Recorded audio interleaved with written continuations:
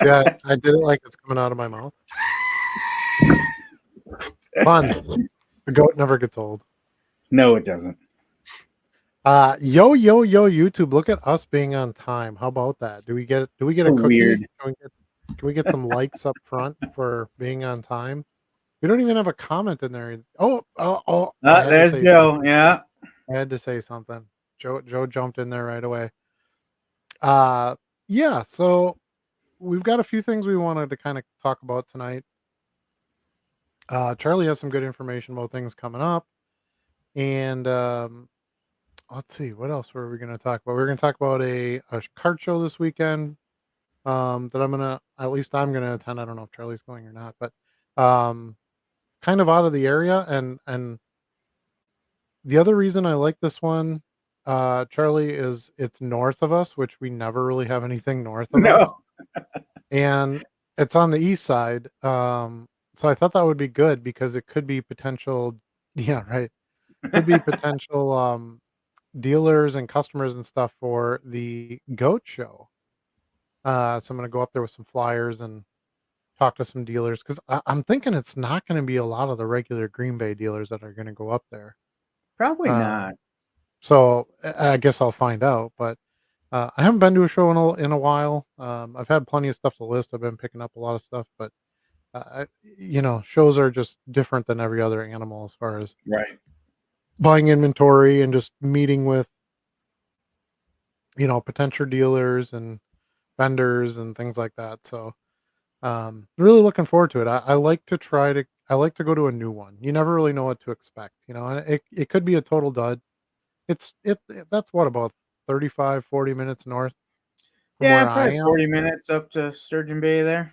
Yeah, it's a little more north I'm a little more north than you, but I'm more west. So Yeah. I kind of got to hit the east a bit to get up there. So it's not super close. It's not any further than like the Appleton shows and stuff. Um for those of you who don't know that are watching this that aren't in our vicinity, we live in the Green Bay area, and Appleton is like the Southern Valley area, and that's half hour, 40 minutes away. This is in Sturgeon Bay, which is kind of well known for its um, tourism area. It's on the bay there, and lots of little shops and bed and breakfasts and things like that. So not really a normal card show spot, Yeah. which is something I kind of like about it. They've done this show a couple times before, I believe, or this is the second one, something like that. And it's I believe it's at like a fire station or something. So kind of unique. Not a huge one. I think it's like 35 or 40 tables or something. Yeah. Yeah. And it's But it's cards and collectibles, so I think you're going to see a wide assortment of things. yeah, yeah, and I haven't even like talked to anybody who'd been there before, but I don't know. There was one that was going to be in Appleton, by a shop, card shop in Appleton, and they canceled, Okay. for whatever reason. I don't know why, but um, and they're still doing the Appleton one next week at the Fox City Stadium. That I might be able to go to. Mm. I'm going to have to check Yeah, that out. I might check that one out too. We'll see. We'll see what I got time for, and if I need to buy stuff or whatever. But Right. so, one thing I did today, kind of segue into the next thing. Well, let's talk about the goat show. Let's remind everybody about the goat show. So we're going Yeah. to be we're going to be doing another card show that will be um, January 12th at the same venue, historic Riverside Ballroom. There's our little flyer. You can see there exactly. You So can put a hear little them. more little more emphasis on the screaming goat on this one. We do have some empty space on there that's going to be filled with some photos and of things we want to give away and stuff like that. We don't have all that stuff ironed out yet. So this is the basics right now. We are taking dealer table orders from the first show dealers. They get first crack at picking their tables. We've got a nice floor plan and everything. Um, for dealers to look through to pick where they want to be. And then I can't even remember the date when we were planning to open it up, but it's not too long from now, another week or No. so, we're gonna open it up to everybody. It's in the email, I can't remember what the email said.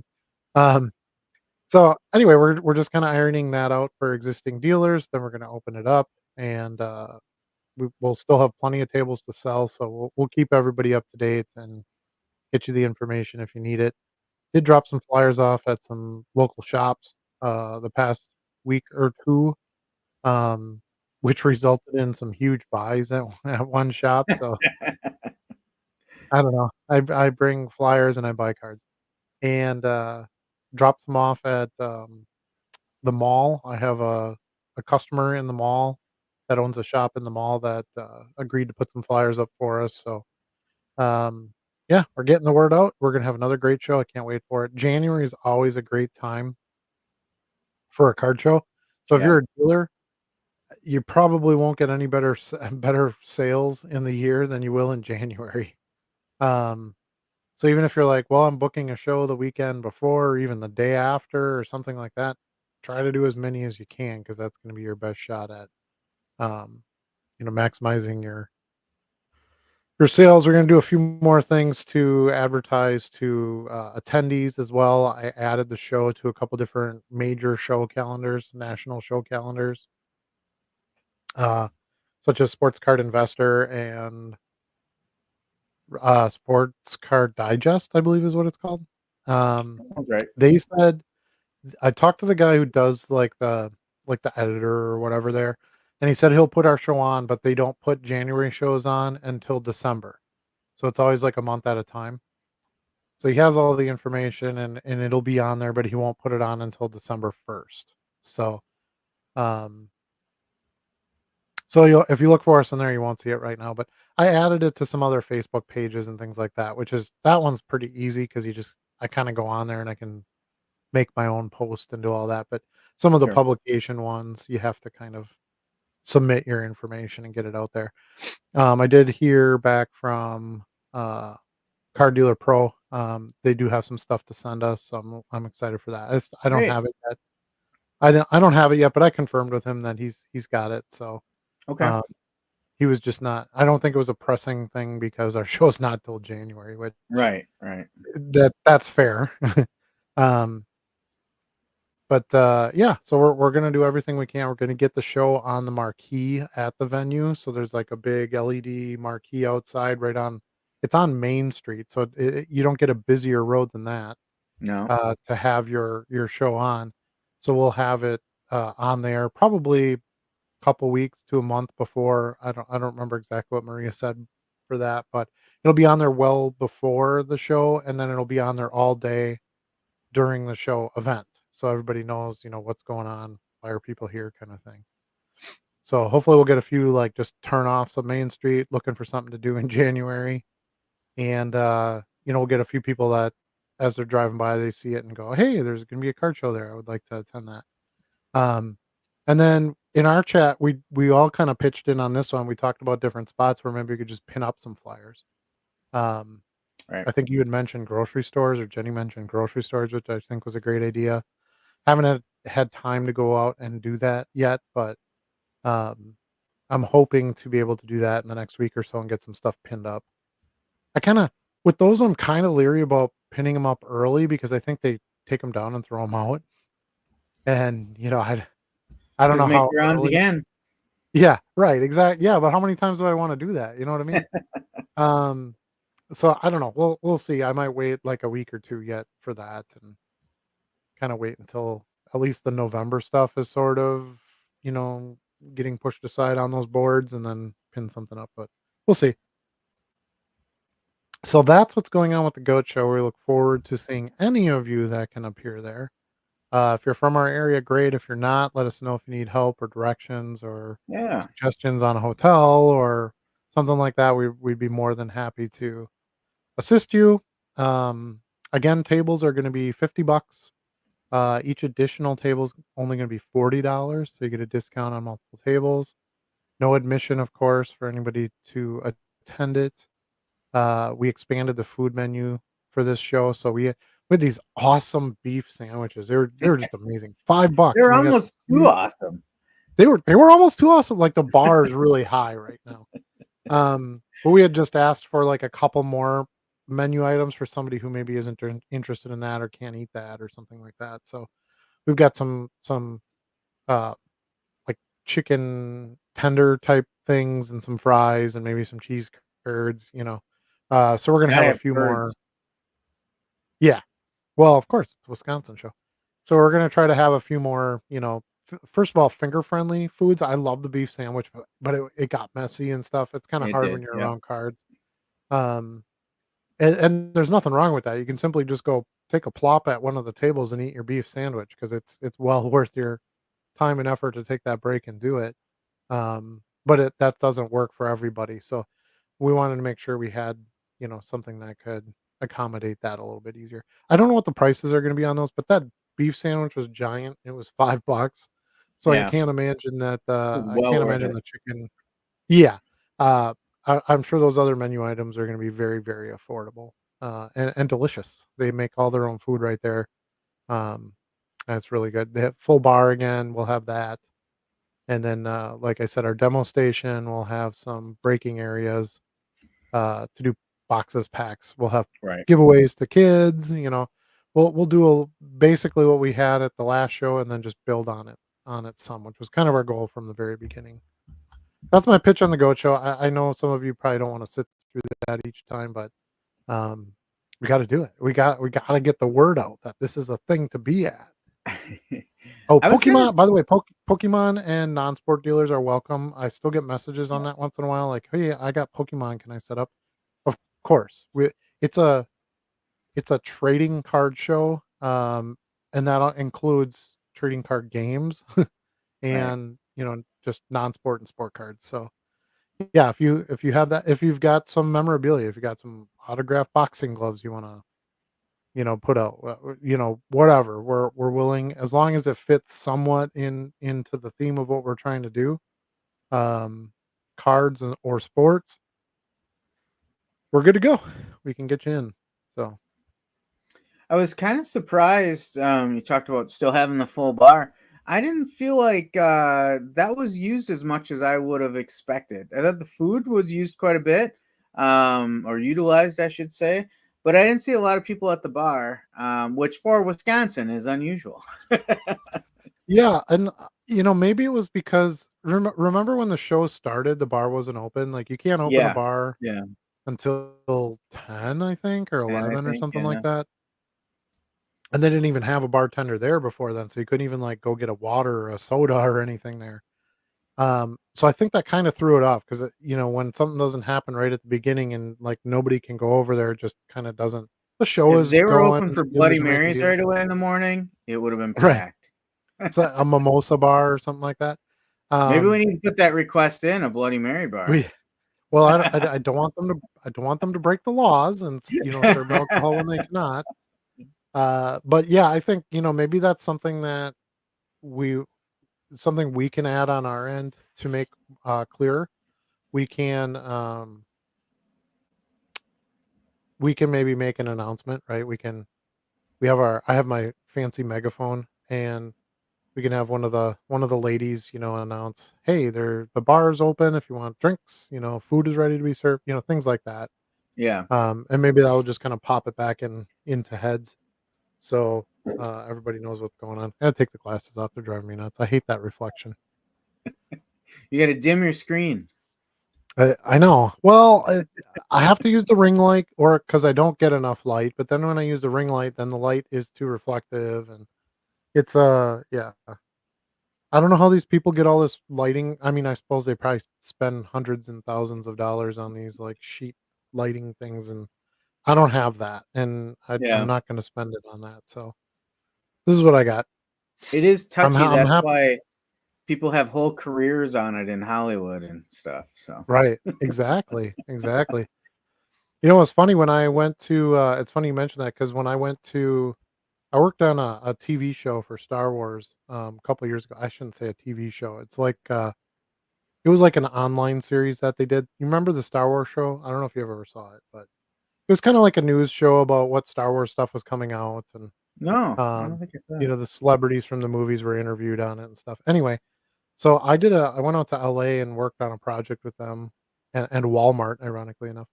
And I'm in the back and I'm getting one of the actors, kinda outfitted, suited, right, for this Sure. Yeah. show, and this lady comes in and just stands next to me, and she's got this huge, like, tool belt thing on. And I'm working, so I'm not really paying attention to her, and she waited patiently, and then I kinda turned and I'm like, "Can I help you with something?" And she's like, "Well, I'm here to do your makeup." I'm like, "Do my makeup? For what?" She goes, "Well, the lighting is kind of intense because we were on the Warner Brothers lot where so it's like all black stage area and stuff like that, you know? So they have to light everything so well or, it doesn't look like anything.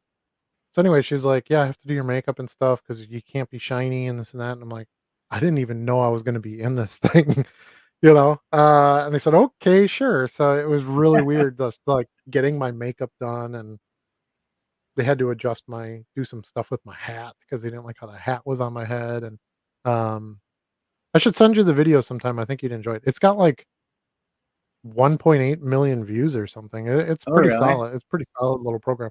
Yeah, it's got, I the show I worked on was it has the 3 actors in it from Battlefront 2, the Star Wars game.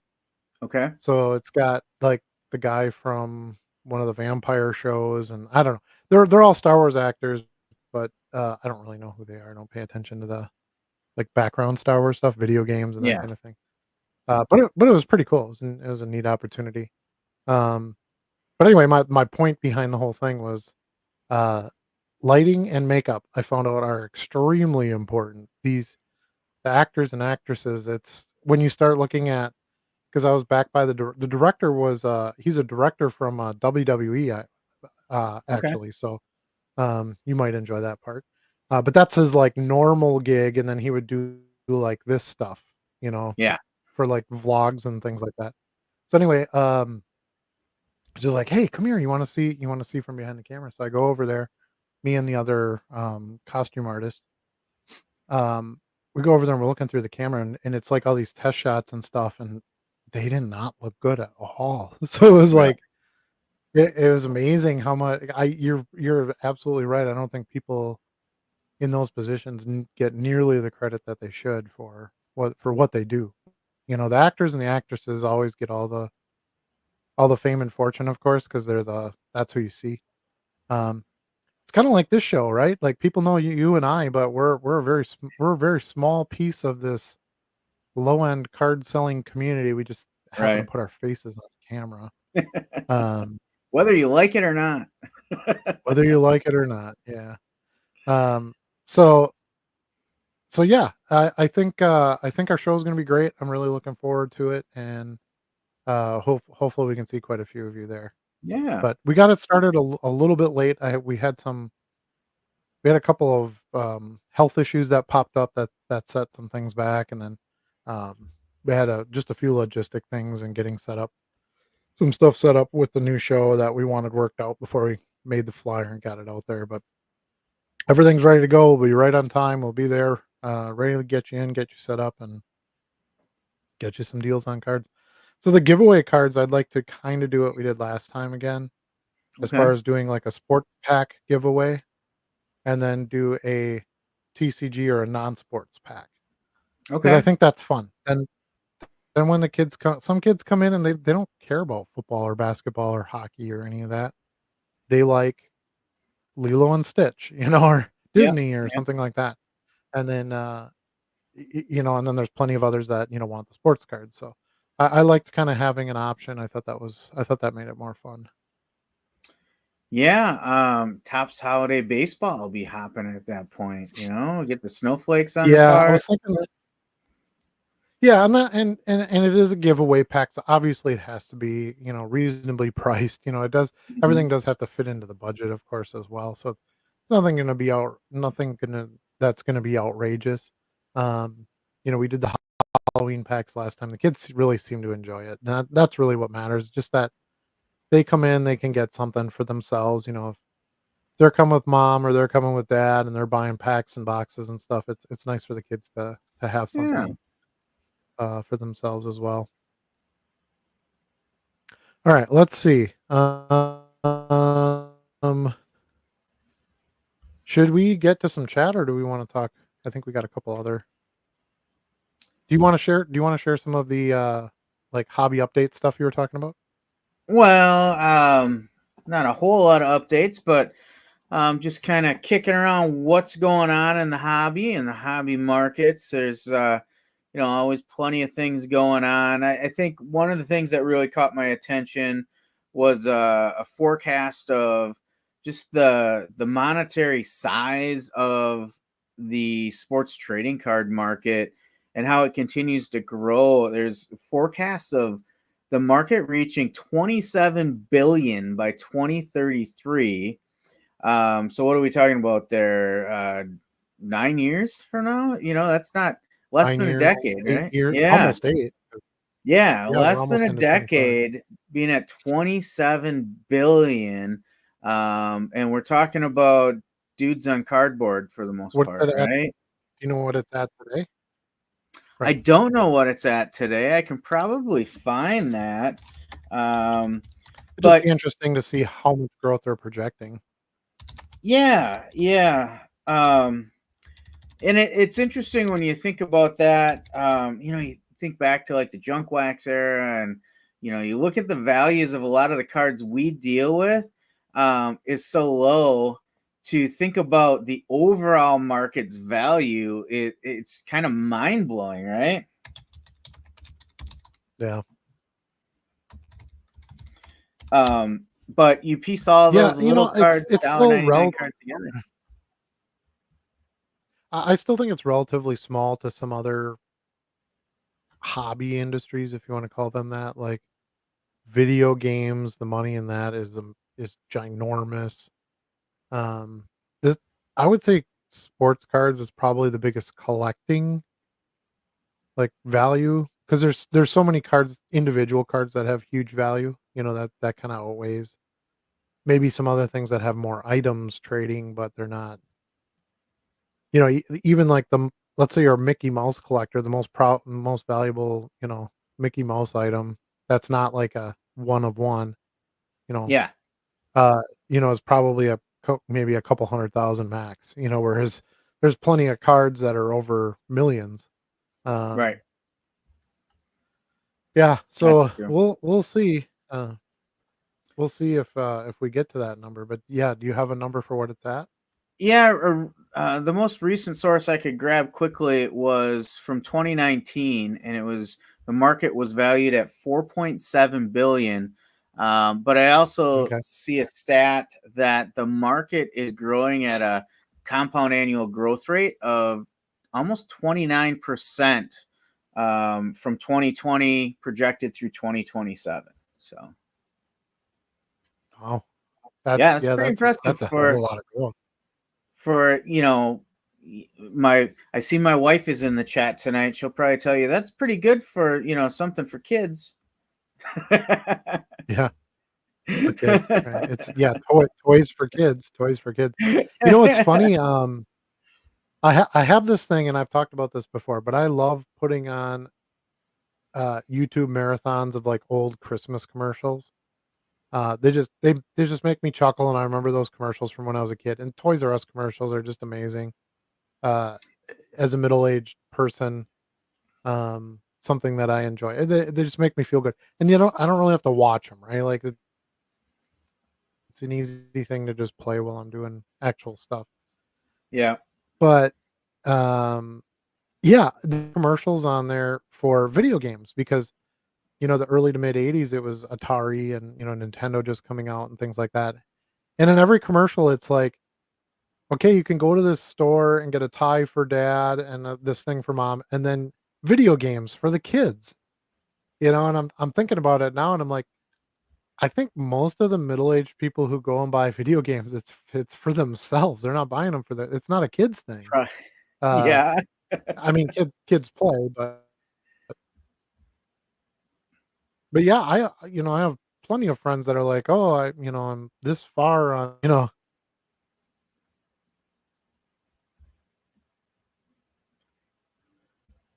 um, So, yeah, it's interesting how things kind of evolve and they're it starts out as a kid's thing and then it's not a kid's thing after a while. Yeah, I mean, we all well, most of us probably start out putting cards in our bicycle spokes when we're a kid, right?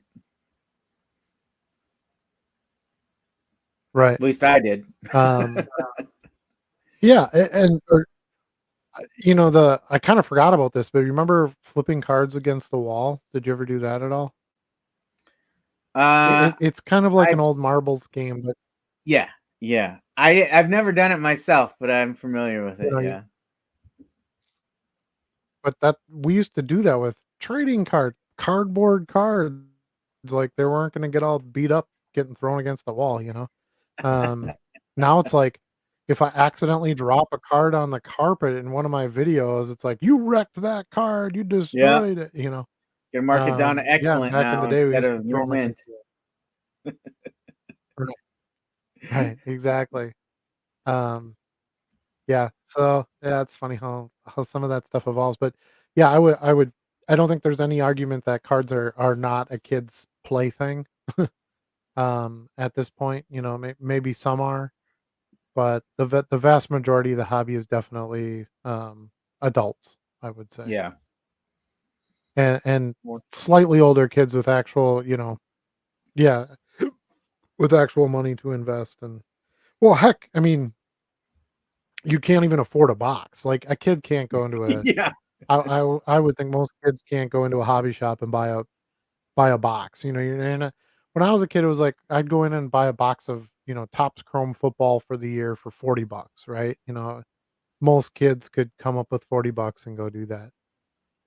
And comparable product today would be Prism, right, to Topps yeah, Chrome, and if you walk in and try to get a box of if you can even get one, box of Prism, when it comes out, it's gotta be what, 7, 800 bucks?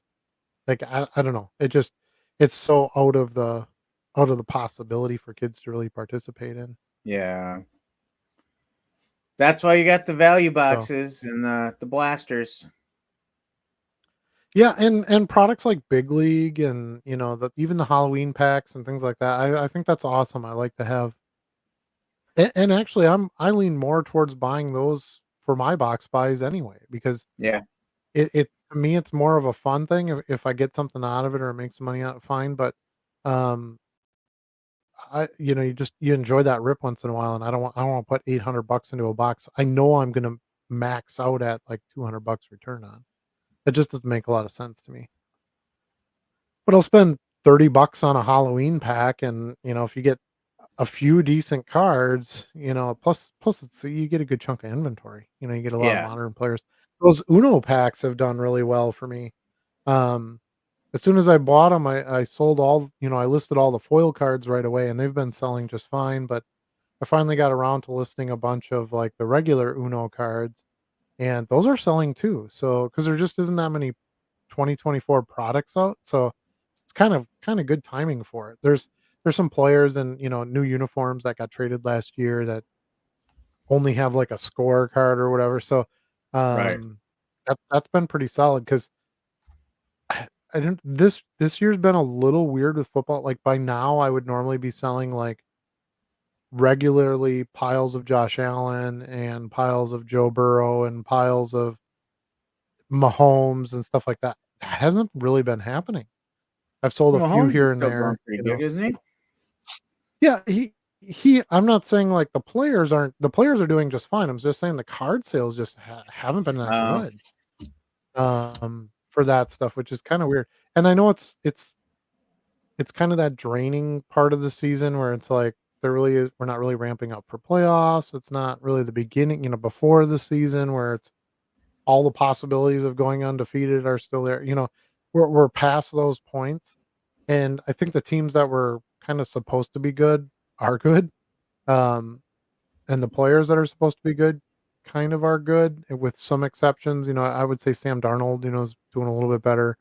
I don't think everybody thought Jaden Daniels would be that great, his rookie year, and he's really doing well.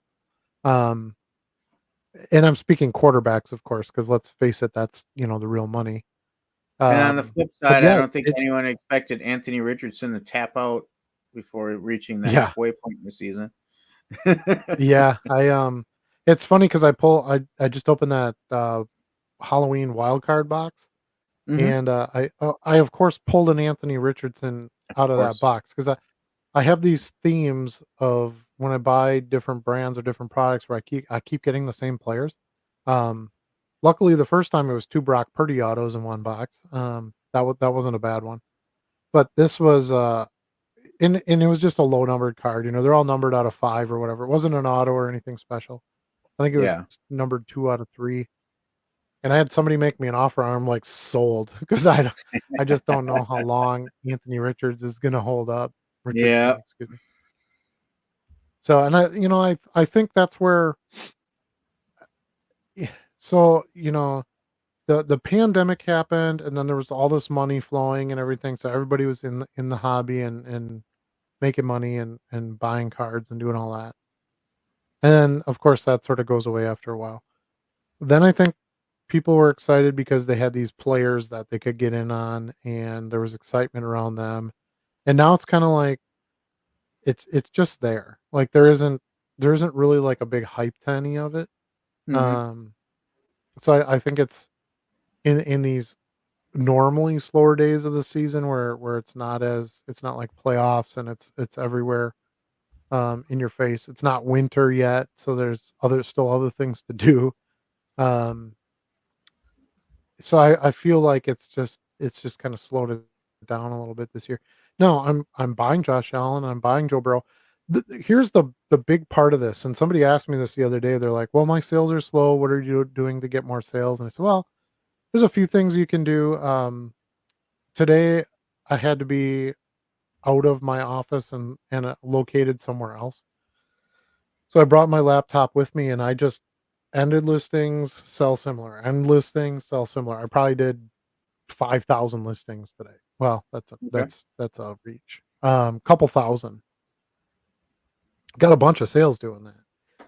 The other thing is you can buy this stuff cheaper right now. I'm finding, Burrow cards and You? quarter boxes and stuff. You didn't find I found some Mahomes inserts for, in 50-cent boxes, that Yeah. you weren't seeing that. It's kind of like remember when the baseball season was just kicking off and we were like, "Man, I found like 10-cent Aaron Judge cards and Otani's and Otani cards." Judge. And we were Yeah. like, "What the heck?" I kind of feel like football's following that same path. Um, so I kind of wanted to bring it up because I think if you're not if you're not selling many cards, it's easy to go, "Well, I'm not gonna go look and buy any cards." Um, and, depending on your economic place and what else you have going on, that might be the right decision for you. But if you have capital, if you have money to invest and can buy cards, I think it's a great, especially football, which is what we're talking about right now, and even basketball for that matter. Basketball hasn't really picked up a lot yet. Um, I think it's a good time to do it. I think there's dealers that are going to be selling them a little cheaper because stuff's not moving, and I think you can get some good prices on stuff. And I didn't expect to buy 1,600 cards or 1,800 cards. Actually, I've 2 more boxes of cards. When I went back, I picked up more, but I wanna do video on that yet, what I picked Sure. up, but, uh, got a bunch of good non-sport. Non-sport's always to me, that's always the thing you wanna keep an eye on, and that's the other thing that kinda intrigued me about that show up in Sturgeon Bay. I kinda like those mixed sales, as long as there is some true card dealers there, Hmm. because sometimes you can get, like, Marvel cards at a booth for a guy selling action figures, you know? Where I might not be as likely to find that at a card show. Yeah, that's true. But yeah, It's like non-sport there's that big Green Bay go ahead. collectibles show too, where it's usually not a ton of cards there, but you'll find a few tables where you see some things you don't normally see in the card markets. Yeah, exactly, and it sort of makes you think outside the box because you're outside the box, you know? Yeah. When you walk into a card show and it's literally just 5 row after 5 row, that's you're just doing the rinse and repeat routine, that you do in those boxes. But yeah, if you're walking past a bunch of action figures and collectible McDonald's glasses and, tables of that stuff, you start kind of looking around a little bit at, what are the other things that I Absolutely. haven't thought of before. I bought some milk caps one time that way. Remember milk caps or Hmm. pogs? People call them Yep. pogs. But I found a nice little pack of sports milk caps. There was like a Walter Payton one, and a bunch of different ones of players like that. And it's like, I don't know that I would have really looked for those Like at a this. card show, but it was kind of, yeah, like that exactly. Yep. And they sell pretty well. The odd items are definitely something you wanna get. But yeah, I think sales are kind of where they're at. I've been able to boost some sales, like I said. Just I try to use my time wisely. That's what I do. If I have a lot of sales, well, then I pack and I ship a lot of sales, and that Right. takes my time. If I don't have as many of those, well, then I use that time to list more, get some things organized, do some end and relist, and um, you can generally boost yourself up that way. But I think it's coming. We're kind of past the unknown, at least in the Yep. United States here, of what was going to happen. We can, start to look at the Christmas season. The cold is here. Um, the snow is here. There's going to be more focus on football. Basketball will pick up more. There's games on the holidays that are featured, things like that. So I think all that's coming pretty quickly. But um, last couple weeks have been it's definitely been slower for me. Yeah, I mean, it's been okay for me. It certainly hasn't been anything super exciting. I've had a couple decent days here and there where they were better than normal, but I've also had some days that were well below average as well. Yeah, So yeah, it's it does have fluctuated a seem lot. to seem yeah, it seems to have some swing to it. The other thing I'll try to do sometimes is I have like a pretty big back stock of more valuable cards that I want to list, Hmm. but I like having that. I like having that as a sort of a backup. Um, so if I don't feel like things are selling very well, or I'm not selling any bigger dollar stuff, I'll put on some of that better stuff. And sometimes that'll just boost me right back up there. Even if it doesn't like increase my sales numbers a lot, if you can get a couple of bigger dollar sales, Hmm. it kind of makes up for everything. Mess around with the coupons, mess around with the discounts, sending the newsletters, sharing the coupons, all the regular things we talk about over and over and over again are there, and they still all apply. Provide good customer service, send business cards. I was thinking about that too. I was out of business cards for like a week. I didn't realize it was my last box until I handed out the last couple, and I'm like, "Oops, better order some." Yeah. Um, and you would think with eBay it doesn't really matter, but I was thinking about it. Like the sales really started slowing down right after I was out of cards.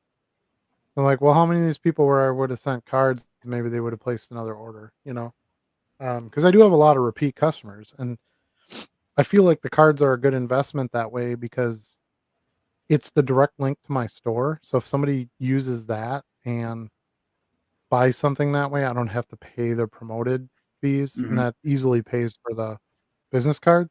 Um, as well as, of course, on the other side, I advertise the channel, which helps get me some viewers. So I feel like it's a solid investment for the, I don't know what it is, penny and a half or whatever I pay for the two-sided color card. Um, and then when you're at shows, you can hand them out, and they just make a lot of sense. So I'm glad I got a nice big batch of those in now, and started using those again over the last couple of days. Now, yeah, last 2 days or last 3 days, maybe like 2.5 days, let's say, just for argument's sake. Really good sales. So things have Okay. definitely picked up. Have been selling a lot more football. Um, Baseball's still selling. I sold a bunch of ASG cards. Um, Stadium Club Chrome. I bought that big lot of Stadium Club Chrome, which has a lot of like Hall of Fame players in it and stuff. Those have been doing really well. So baseball's kind of still hanging on and selling, which It usually is. once Yeah, usually it's dead once we get to this point after the season is done. But there's still talk about it, right? So they haven't Yeah, announced the MVP winners yet. There's the buyback program. I think the fact that it was 2 major teams that were in the World Series, had a bigger impact. yeah, You know, you have your LA market, you have your New York market, and then you've got I mean, we had the 2 both league MVPs were in the World Series. Like, when does that right, ever happen? right. You know? You have some big name pitching staff on both teams, like, there was just a lot to really pump baseball and, get those fan bases excited about baseball and, um, you know, ready to go for hopefully next year too. Yeah, I mean, Otani's going strong, of course, but then Freddie Freeman had an incredible run in the series, so Yeah. his cards were moving a lot more too. Yeah, I picked up, quite a few cards at the shop. I don't know if you saw the video at all, but I had a few purple refractors and just stuff you don't see very 50-cent purple refractors of Freddie Freeman. That's a no-brainer, Yeah, right? Before before discount. And, I sold them all. I think I had, like, 7 or 8 good nice Freddie Freemans I found out of those boxes, and every single one of them is gone. I have 1 yeah. more to ship. I got 1 to ship that sold today that I gotta ship tomorrow, but, um, this is what I've been working on listing this afternoon. Remember these? Is that a film cell card for something? Yeah. Yeah. Oh, T2. Yeah. Remember I picked up stacks of these at the Yep, National? I I bought out, do. like, the Yeah. whole box. There's a ton of them. So I went back to some of my non-sport nationals boxes. Non-sport stuff's been killing it for me right now. And so I pulled that out and those were in there. I had a whole bunch of Goonies that I never listed. I thought I had listed all the Goonies cards, but I found a big stack of those. Okay. It was like a couple of packs worth here. Probably 100 cards or so. So made sure I got those on because those are good sellers. So Yeah. sometimes you have to focus on, okay, sales aren't high in this sport. They're not really high here. It's kind of that weird dead time. Well, what is selling? And then try to push that a little bit more. Anytime you can sell non-sport, I think it's a good thing. Uh, Yeah. to me, that's the number one protection in what we do is non-sport because it doesn't have a season and you can't get Right. injured. Um, so to me, it's kind of the conservative or like. Let's say you have a really nice investment portfolio. You got to have some bonds in there. These are your Yep. savings, your B bonds or whatever bonds are in your portfolio. That just kind of gives you that regular return you can kind of count on. They're pretty cheap to get into. Um, and then the other stuff is sort of your go for the gains type of stuff. Yeah, I like that analogy. How's yeah. Well, I mean, that's the world I come from, right? So when I look at this stuff, to me, it's all these little different investment types. So when you buy soccer is a really good analogy to use. So when you buy soccer, it's kind of like buying international small cap stocks, right? Um, don't know much about them. They're from another place. They don't have they're not under the same regulatory body. Um, prices are generally small because they don't really have a name established yet.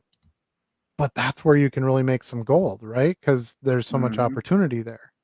Um, and to some degree, the risk is not that high because it doesn't cost much to get in. Um, that's kind of how I feel about a lot of the soccer stuff. I'll take out like a stack of numbered soccer cards that I got, basically free in some cases. Like some of the stuff I did on the whatnot. And I'll list those and I'm like, I have no idea who this guy is. I have to look up what team they're on, because I don't know the La Liga leagues and stuff. I'm like, all right, this blue refractor numbered out of 150, or I'll put $3 on it. And boom, it sells in like 5 minutes. I'm like, how does anybody even know who this guy is? Um, but that's the beauty of a product like that, right? It's kind of the only one out there. They only make a couple Bundesliga products a year. They don't print a lot of it. you get a generous amount of serial numbered cards in the good products because again, they don't print very much, so they can put serial numbered cards in more in boxes. If you're making 100,000 boxes, you can't put serial number cards to 100 in every box. You don't have the number. The numbers don't work. Um, so yeah, I feel like you got to have some of that small cap exposure. You got to have some bonds. You got to have some, um, your Mahomes and your Jeters and your Brady's. Those are your big cap stocks, right? Or your Fortune 500 companies. Your Apple, your Google, whatever. You got to have some of that too, and then just kind of try to balance it out. And then that's how you'll constantly have performance, even if times aren't as great in the market or times are really good in the market. You kind of keep yourself at a decent pace. Um, so you kind of it's not always going to be the same, right? There's ups and downs, especially with a collectible. It's so Right. random, but you can sort of even that out a little bit. You know, it still have opportunity for gains, but protect yourself a little bit on that downside. Yeah, that absolutely makes So, sense. all right, let's get to the chat. We're way into this thing. Well, 46 minutes. It's not that bad. Hey, That's pretty before normal. I do that, you want to know what I did today, Charlie? What'd you do? Took down Halloween decorations? I decided to plug my laptop in during this. No, Oh. I wish. Um, I decided to plug in my laptop for the show. So your battery's not gonna die? So we don't have to worry about battery. My battery is not gonna die. I'm not running on my battery. Wow.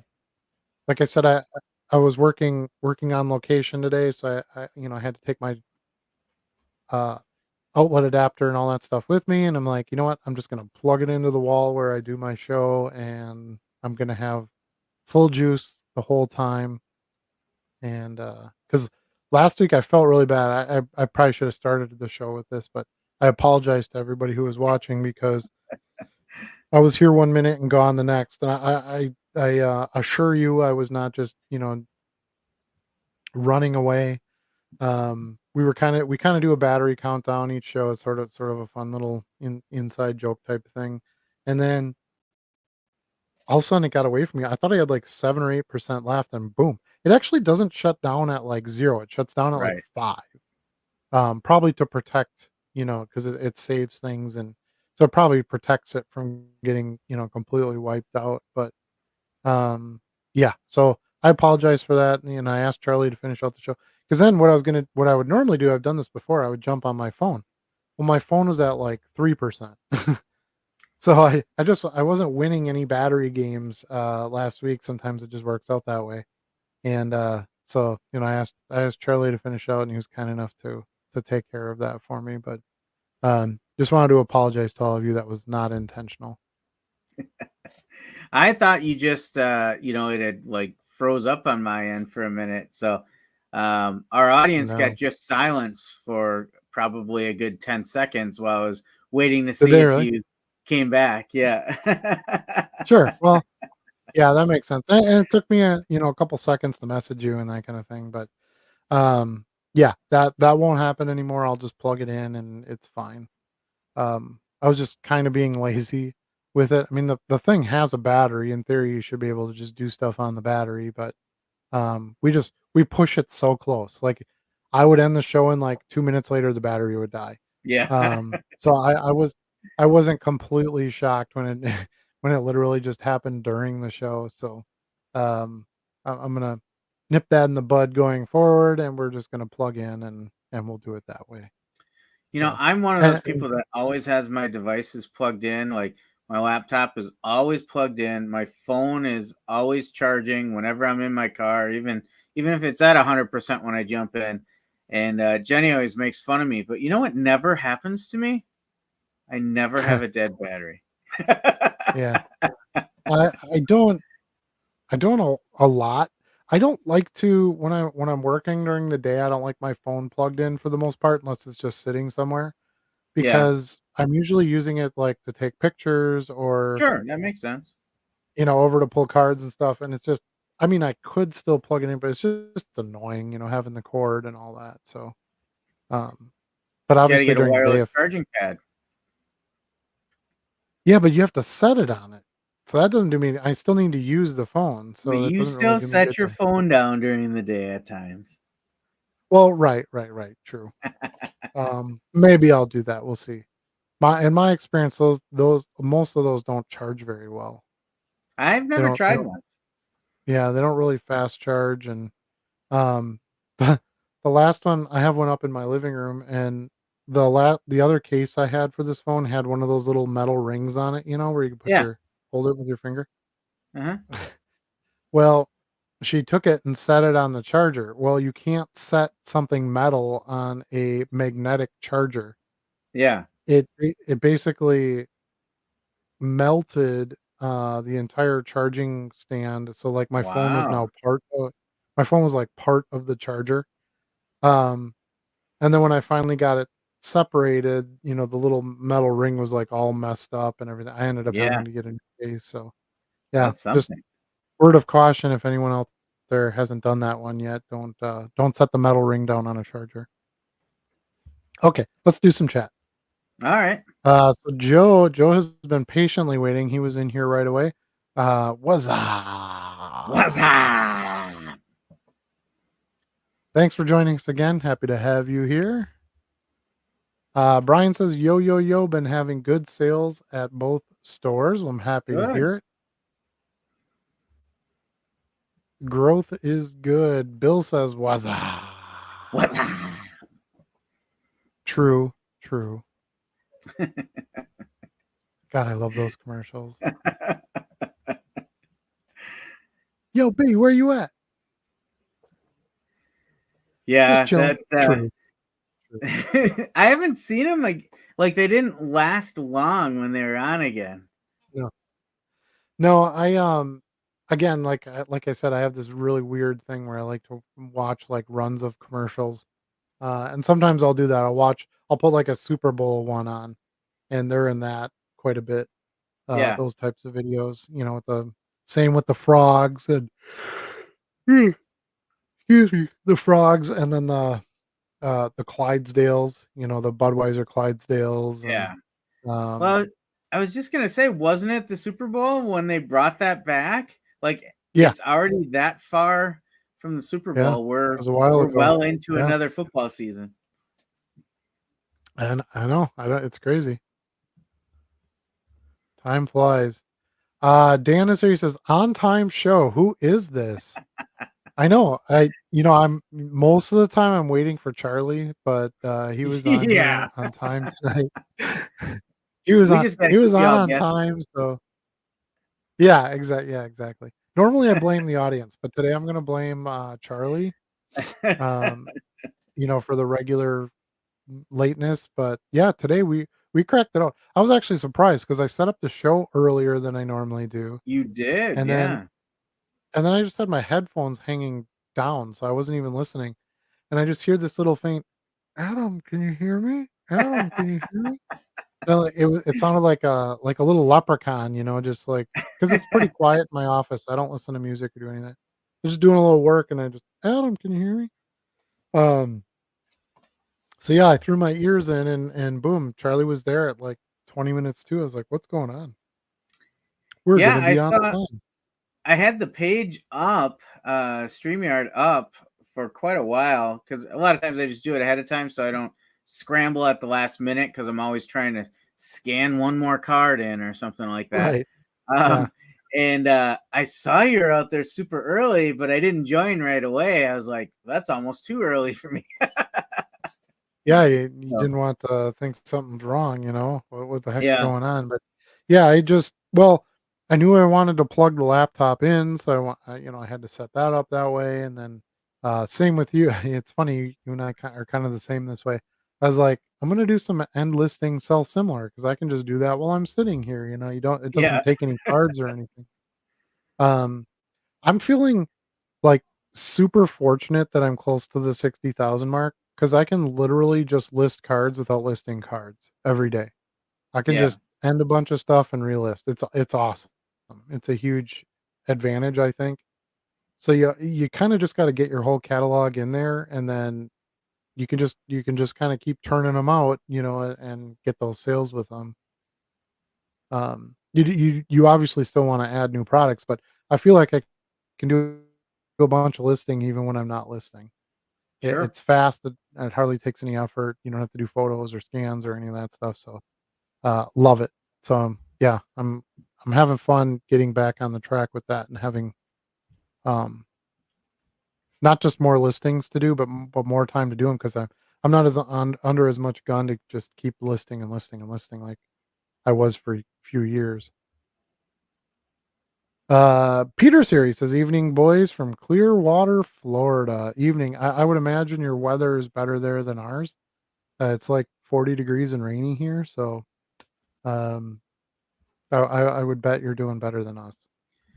Peter, I just checked the tracking on your card and I see it hasn't updated from here in Green Bay. So hopefully we don't have too much of a delay on there. Ah, hopefully there's no more. I heard there's another hurricane brewing. I'm not sure where it is, but I just saw Yeah, there's a somebody tropical storm right now brewing. something Yeah. posting about. Yeah. Yeah, But Peter, jeez, maybe we the can't catch a problem is break, huh? I threw some extra cards in there for you and maybe I overloaded it. I don't know. Oops. So you put extra stuff in there, causing his card not to arrive. That's kind of fun, Exactly. ironic, Exactly. isn't it? That's what I did. You know? Yeah, makes a lot of sense. No, I said Makes a lot of sense. Well, who might be interested in some Tampa Bay Rays, some Tampa Bay Buccaneers, and some Tampa Bay Lightning players? And I thought of nice. Peter. That would make sense. That would make sense.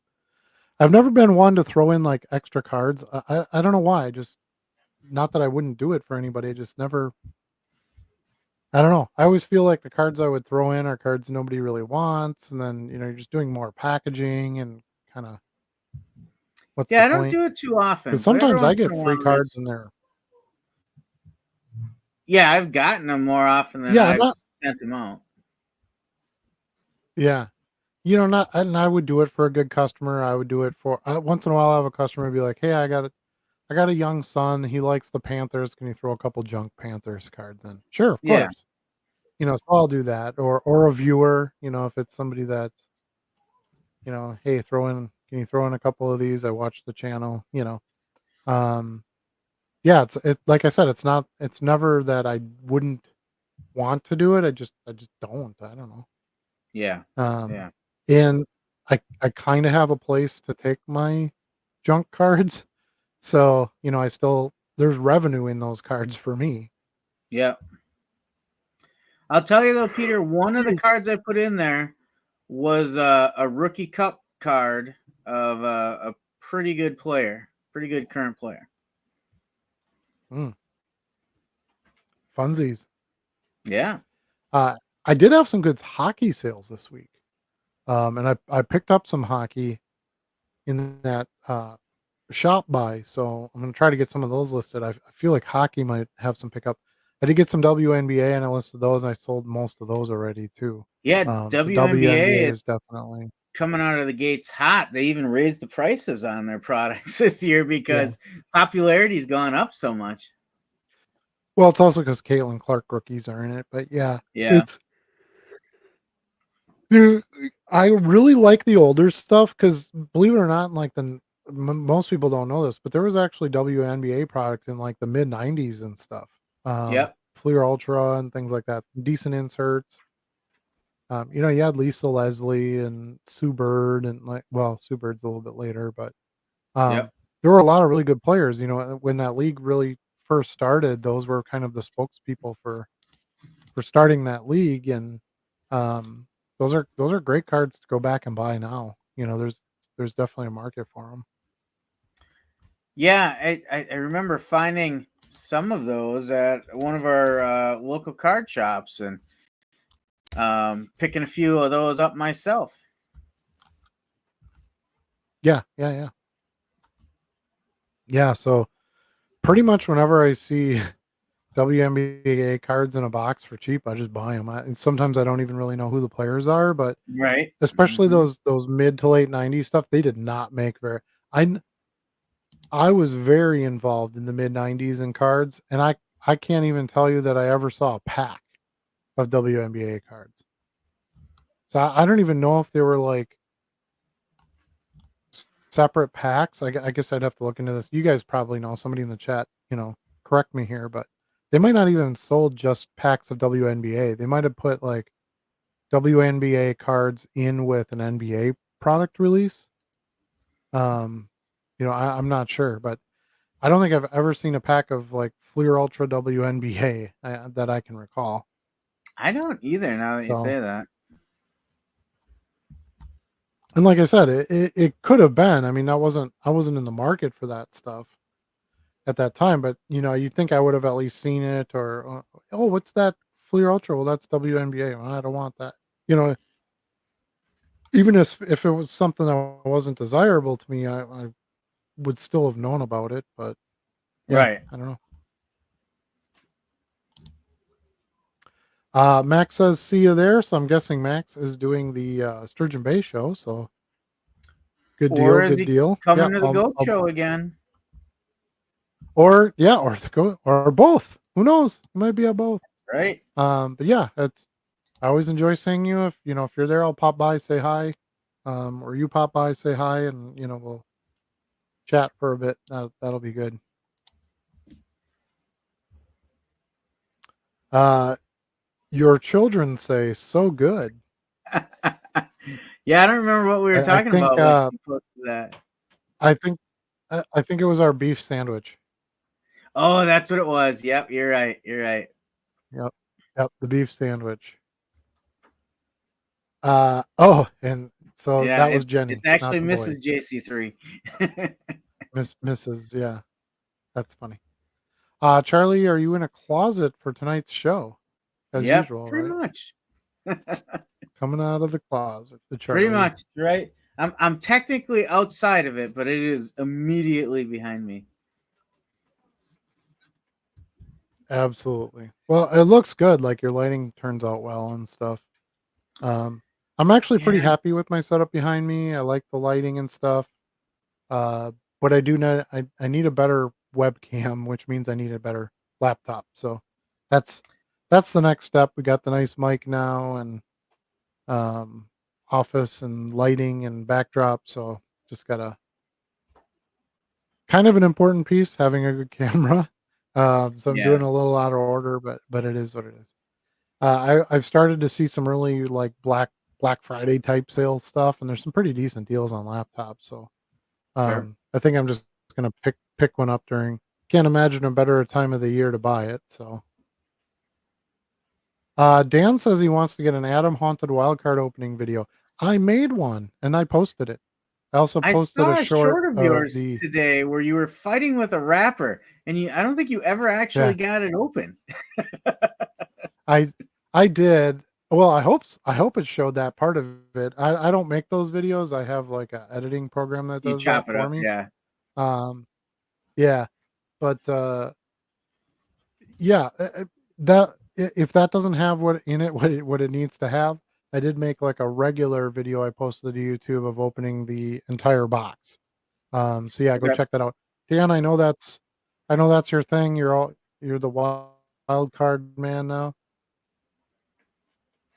I Um, did. Great product. I was very happy to open it. I love stuff with monsters. You really can't go wrong. And um, I liked the offering of this one because so many of their products now don't have autos in it. Whereas like that Yeah. was they gave you autos. I shouldn't say gave, but they offered autos in most of their products. Now they have a lot where it's like 1 in 3 boxes has an auto or whatever. What I liked about this box was you got 5 packs, which I think is a good number. It's single encased cards. I love the designs, but they were all numbered to 5 or less. And there was rookies, good rookies in there. There's good stars in there. Um, Spoiler alert, I did get a really nice monster hit auto of a Hall of Famer, um, which is in the video. That's what I tried to post the short of. I guess I didn't watch the short. Maybe it was too Yeah, it short and said didn't have the an epic actual. rip or something like that, but it never actually Yeah, got to the open part. go figure. They didn't really do their job. So maybe I'll have to take that one down. But if you go watch the full video, it that's all in there, including that card being revealed. The short was just chopped out of the regular video. So Sure. yeah, go check it out. I did sell a wild card decades card we picked up at the National this year. I sold Bobby Brown. It was my prerogative to sell that card. Nice. Yeah, Every that's little good. step you Sell take it. to building that sales So portfolio, right? I guess yeah, yeah. It, especially stuff like that because I don't know. I always figure on a card like that, if I get a good solid offer, I'm just gonna sell it because I don't know how long it's gonna be before I would get another one. Yeah, yeah. It's a little bit smaller market. Um, yeah, well, I still love wild card. Oh, and the box was a great price. It was $70 for the box. So I thought that was a really fair price. It's obviously the only time they're gonna have a product like this come out where it's the monster backgrounds and stuff is gonna be Halloween. Hmm. And I mean, even the box itself looked really cool. So yeah, I'm always very impressed with their products, and I have pretty good luck in their stuff. So the autos are supposed to be 1 in 3 boxes, and I did get an auto in mine too. It's a nice Yeah, I did bonus see the there. box. It did look pretty cool. Kind of like the Dino box was. I thought the box Hmm. was as good as the cards, right? Yeah, But yeah, I think Dan got one of those packs too, if I'm not mistaken. I actually have it right here. Here's the box. It's got this like haunted There mansion you on go. it. It's called Haunted Hits, and it's got Dracula and Frankenstein on the bottom there, and then the back kind of has your like pack info and stuff. So there's Sure. um haunted hits, which is like base cards, if you want to call it that, but they're all numbered to 5 or less. Then there's a monster hit cards, which is like a variation card for each player. And then there's the turf monster autos, which is the one I pulled. Yep. And that's got some high rookies, like name rookies, not junk rookies, and you know, all stars, Hall of Famers kind of thing. Oh, now that And you then say there's the that, I rare. remember who you pulled. I won't be a spoiler on that, but I remember watching your full reveal. Hmm. There you go. Yeah, so I love products like that. My hope this year, because the last couple years they've done like the stocking stuffer packs where it was like basically just repacks of other Yeah. products that they had and stuff like that. I'm hoping this year they have like a true holiday pack. I want like Santa Claus cards and stuff like that with, Yeah. Caleb Williams throwing a ball to Santa Claus or something. Um, they do such a great job with their designs. I want Christmas stuff. So we'll see if I actually get that. All right, Joe is here. YouTube videos of old card breaks from 7+ years ago can be a hoot.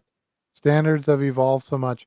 Yeah, it's funny you mentioned that because I was watching one the other day. I can't remember. Was it?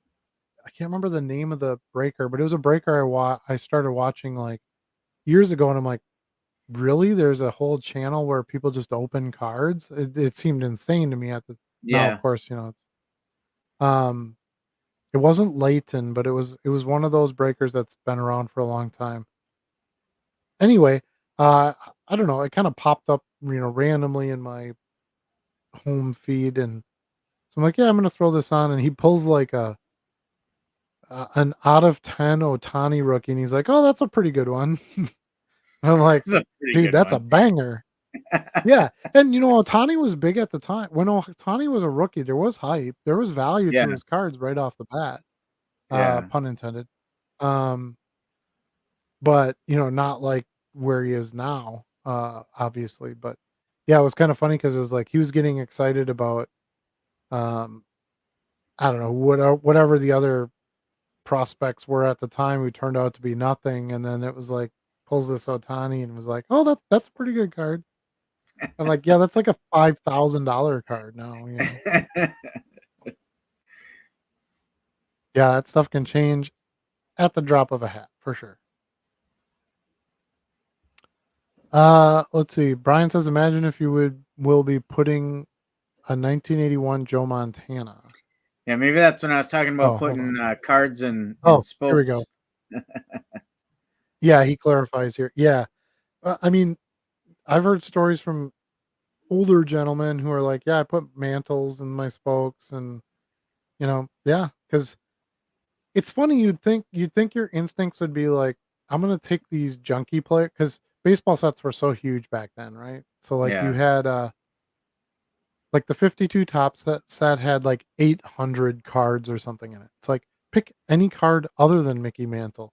But the problem was that was the card you liked. That was the card you traded for. You put it in your spokes, right? You didn't want to put some generic, no namer from a team you don't like in your spokes. yeah. You'd want to put the card you liked in there. And it's like, man, you should have done the exact opposite. You'd have been better off, at least financially anyway. I remember having that internal conversation Okay. back in the '80s when I was, still putting cards in spokes. Early '80s. I would actually think through that. Is this a card I want to put in my spokes or not? And sometimes you negotiate with yourself over which one to put in there. So, I never put cards in spokes, but do you remember Spokies? I remember the name. Yeah. Okay, so it was a pack of these little plastic like ball things, right? Yeah, And they like clipped, beads almost. yeah, and they came in different colors and stuff. They clipped over a spoke. So you had a whole bunch of Yep. these, you clip them on your spokes. But when your wheel turned, it would slide down and it would hit the rim. So you'd hear this like clink, clink, clink, clink, clink, clink, clink, Yeah. clink, clink, clink, clink, clink, clink every time you rolled, and we were like, that is so cool. And then they made light up ones later on and stuff. Yep. Spokies. I don't know how I even, it's the dumbest name for a product anyway. Maybe that's why it sticks in my head, but I don't know why I remember that, but I just remember, yeah, the Spokies. Funny. I'm all on the nostalgia trip lately. Max says, I don't know, there's way more kids now than I've ever seen at shows. Until COVID, I was by far the youngest in a room at every show I went to. Now I'm the median age, and I'm 34. Yeah, I would Yeah, but definitely you agree keep with that. getting I see a older, lot. Max. Right, right, right. Yeah, your age moves up. It don't go the other way. Um, but yeah, I get what you're saying, and you're definitely right. There's way more kids, at shows now than there ever has been. It does kind of remind me of like the early to mid '90s, which would have been my, first big stint in the hobby, and I would set up at shows and stuff. There's a pretty fair number of kids that around then at that time, which of course is like all us now. Yeah. Um, yeah, it definitely seems like this is the next generation that's gonna grow with the hobby and stay in it and stuff like that. Um, and that's probably the wise thing for a future play is what are these kids buying now? Uh, those might be the cards for us to buy and then hang on Yeah. to them. So when they get older again and they want to buy back in, now there's going to be this demand, which of course will have a higher price. Um, but yeah, so yeah, I I agree though. I think the kids has definitely grown. Do you agree? Yeah, I wasn't going to shows, until the last couple years, so I don't really have the same type of frame of reference you guys have. Yeah. But I I've heard that consistently in numerous venues, that we get more kids and kids are back in the hobby. I certainly see it when we're at the shows. They're out there wheeling and dealing all the time. So it does seem to be a healthy future ahead of us. The one thing I would like to see more of with kids, and this might just be because when I see them, it's at a show, so it might be that environment, but I'd like to see more kids actually like be into the collecting and the hobby and not just the flipping. Yeah, um, I think that's a little bit healthier for the hobby to have some of that, and plenty of those kids could be like, "Well, I have this for my PC," and so they actually do, collect and keep stuff, but I feel like a lot of them are just like that's the first thing. You're right. That's the first thing they want to do. They could put their Zion case down and make some kind of a trade or a sale, and it's like, um, I do worry a little bit with that generation that there isn't as much hobby, there isn't as much collection or real love of the cards. It's just the buck, Yeah. and that's you know that doesn't bode as well long term than if people actually like what the cards are and have interest in them. Peter says, I've been traveling this fall with my daughter in softball. I've been finding great card shops in Florida and last week in South Carolina. Don't underestimate your LCS. Yeah, for I sure. agree. Yeah, I say that pretty often, in videos or even on here. Like your LCS needs you. Make sure you give them some business, and um, that turned out to be a smart move on my part because now I'm kind of depending on them to help me advertise a show and um, keep our name out there and stuff. So yeah, it's good. It's good for everybody. But they definitely need, if you're going to be active in the hobby, you definitely need to visit those hobby shops and Right. give them some patronage. Let's see. Dan says I can stop playing with cards anytime I want. Now stop buying cards. Might be a bit of a problem. Yeah, it's buying can be. I don't know. I was thinking about this the other day. I'm not going to mention the name, but I had a conversation with another seller, and he was talking about how, well, I'm always buying, I'm always buying, I'm always buying, and I said, okay, but at some point, where do you just have stuff lying around that you're not going to deal with? Um, which is fine, if that's what you want to do. I just don't think that's what I want to do. I want to make sure that I get stuff processed and keep it moving because buying takes time too, right? I think we underestimate that to some degree. Like going to shows is fun and all that, and I get content, but like when I went to that card shop for those 2 days, I spent like 5 hours there just digging through all the boxes Yeah. and stuff. I feel like it was well worth my time, and I got nice stuff, but that's 5 hours I could have been doing some more endless things sell similar, getting new stuff on, sending out offers, whatever the case may be. Like that's time that went somewhere else. Yep, for sure. So I think the key there is the balance, right? You need to be buying, you need to be selling, you need to be listing, you need to be shipping. Um, and as long as you kind of participate in all those very regularly, you should have some success. Uh, where did you get your business cards again? So I get mine from a company called Got Print, and it's literally gotprint.com. I've been doing I've been let's see, I've had business cards made for probably 20-25 years. I used to use Vistaprint back in the day, which a lot of people did. Um, but Got Print stuff seems to be better quality. They don't put their name on the card, which I like. You don't have to pay to have their name removed. Prices are a little bit better, shipping's better, customer service has been better, quality's been a little bit so, it really got me to them. The other thing I do with them, I don't know if I have one here. I can't remember if I have them laying out here. Well, anyway, I've had them do trading cards for me. They actually make trading cards too. I'd actually had somebody tell me that the other day that they were like, "Well, why don't you just make your business card like a trading card? Yeah. Make a trading card size and do all." And I'm like, "Oh, kind of smart." Um, because if you think about it, how many people take a business card nowadays and stick it in their wallet? Like you don't do that anymore. You take a picture of it, or you scan it, or you do whatever you're gonna do with it, and then that's it.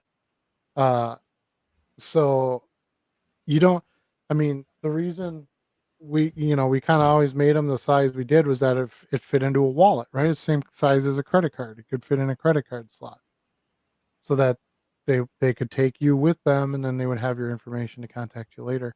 I just don't know that there's much application to that anymore. I think, uh, most people just need the information. So it's easy to hand them the card so they have the information, but then they're just going to toss it once they get what they need off of it.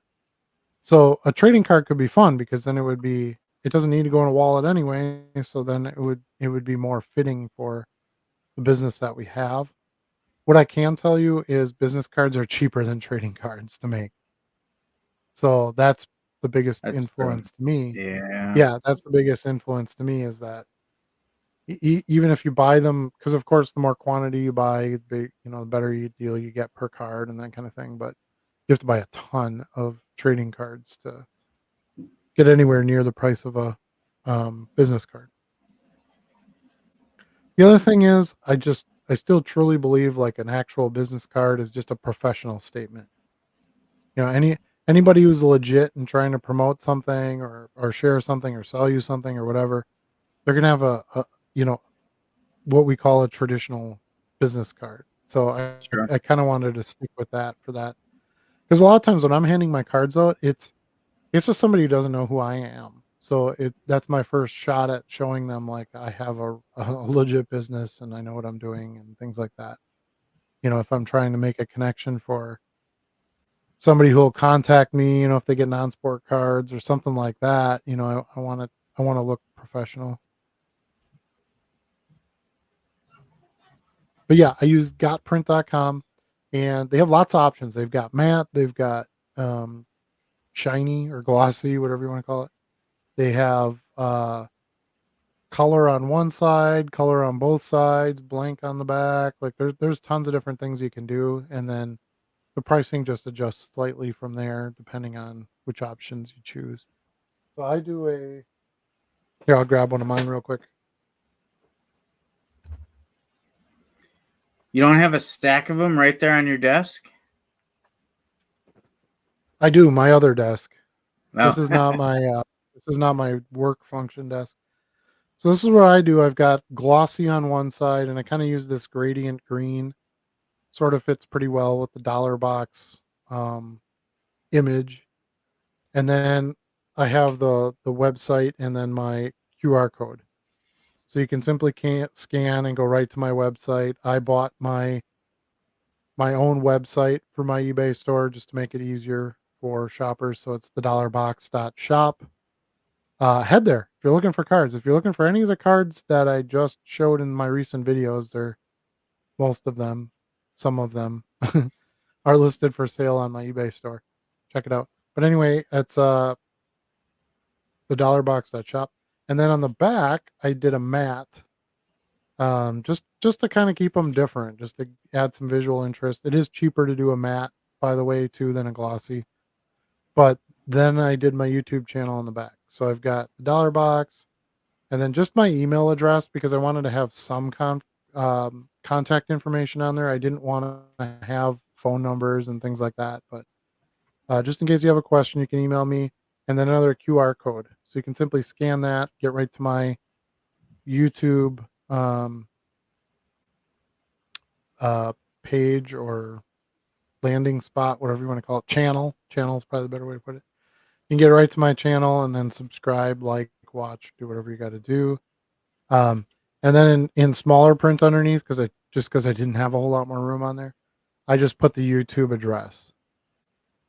So if somebody wants to type it out, what I've run into sometimes with QR codes when I hand them to uh let's just say more mature generational people, they don't they're like, I don't scan codes, I don't do that kind of stuff. When I go to a restaurant, I want a menu, that kind of thing. Yeah. Um so they're willing to email or type in an internet address, that kind of thing. So I put that on there too, just as an alternative. And you may be trying to look at something with a device that doesn't have a camera, so the QR code doesn't do you any good because you don't know what it is unless you scan it. So that Right. way, you'd still have the address to type in. Because let's say a lot of the times what I'm using these for is I'm mailing them with orders. So let's say you get your cards and you're sitting at your desktop computer and you're like, "Hey, I need some more, Eli Manning cards. He did a good job with that." Well, you're not going to scan this with your computer. you're gonna type in the address. Um, so I don't know. That was kind of my thoughts on that. I probably really overthink business cards. It's easy to do. Um, You just did you 5 minutes only have on your so much space, but I did, but I just kind of wanted to, I've been, like I said, I've been doing business cards for a super long time, and I think there is a right and wrong way to do it. It's like anything else. You want to have enough information on there. You want to catch an eye. You want your logo to stand out. You want to make it somewhat functional. I know a lot of people who order cards and they get the chip in it, so you can just scan it. Like when you take the picture of it or you scan it or whatever, it actually puts the a digital business card on your device. Mhm. Um, so I know people who've done that too, but I always kind of figure like, first of all, that's expensive. Second of Yeah. all, just take a picture of the darn thing. It does the same thing essentially. But I also found out too, having the QR code on there saves me a lot in business cards because I'll go up to a dealer and they'll say, "Oh yeah, what's your YouTube channel?" And it's instead of telling them, it's really hard to tell people a URL address or something like that. Yeah. I'll just hand them this and they'll go, okay. They'll just scan it, give it back to me. So I don't even I even get the card back. So that's what the other thing I like about the handiness of the QR. Yeah, That makes sense. gotprint.com. And that's one of our future goals for the GOAT show too, is to get some business cards made. I'll probably be in charge of that at some point, I'm guessing. And when we feel like that fits in correctly into the budget, um, we'll have that discussion, and then that might be something that we'll do. I think it's worthwhile. I'd really like to do it when we had show dates ahead of time. Yeah, that So makes like, sense. yeah, if we booked like 3 shows at once or something, I would really like it where I could have the dates of the shows. Like, 'cause that to me makes a lot of sense to have that on the cards, but I don't know. We'll see. Future goals. Max says be back later. Back. Culver's trip. Wow, that was really fast. That was less than 10 minutes. Well, he You lives went, you next went to door. Culver's and came back? Even so. Normally when I go to Culver's, because it's not really fast food, it's a prepare food fast place. Yeah. I'm usually there for 10 or 15 before they bring me the food. So pretty awesome. Boo Bood Light. Let's see. I noticed that the card didn't move either. And Yeah, I'll Peter. return the favor with the brew cards back at you. Oh, gotcha. For when Charlie's cards, yeah. Yep. He's gonna send you Brewers cards. So All see, he right. sends out junk cards. Listen to you. See what I did there? Ah, hey, it's off season now. I can talk like that. I couldn't during the season. My Cubs were not good enough to have those conversations. Yeah, Fleur had a few standalone WNBA products, and yeah, that very well could be. I just do not remember seeing them anywhere. Appleton had no idea Sturgeon Bay was having one until tonight. Okay, so he's going to see us at Appleton, but that'll be the Fox River show. Right. So, um, yeah, I'm going to check out the Sturgeon Bay one. I think it'll be fun. Cards Infinity. Oh, I think he's referring to just keep buying. Have as many cards as you can. Yeah. Cards to infinity. At 35, 4, I would have likely still been the youngest in the room. Yeah, well, yeah, you're right. Before the boom, right before the boom, and a few years before that, yes, I would have said like mid '90s, late '90s. No, there would have definitely been people younger than that there, but you're right. I think the young people kind of went out of it for a while. Peter says business cards. I went with standard postcard, stiffens the card saver a little more and promotes my business. 2 times on reviews since including them in mailers. Yeah, I think anything you can send to show your brand is a positive thing. I don't Sure. see a reason not to do it. Like I said, it does cost a little bit. Um, I used to just put a card in when I was first starting out, I put a card in every order, no matter what it was.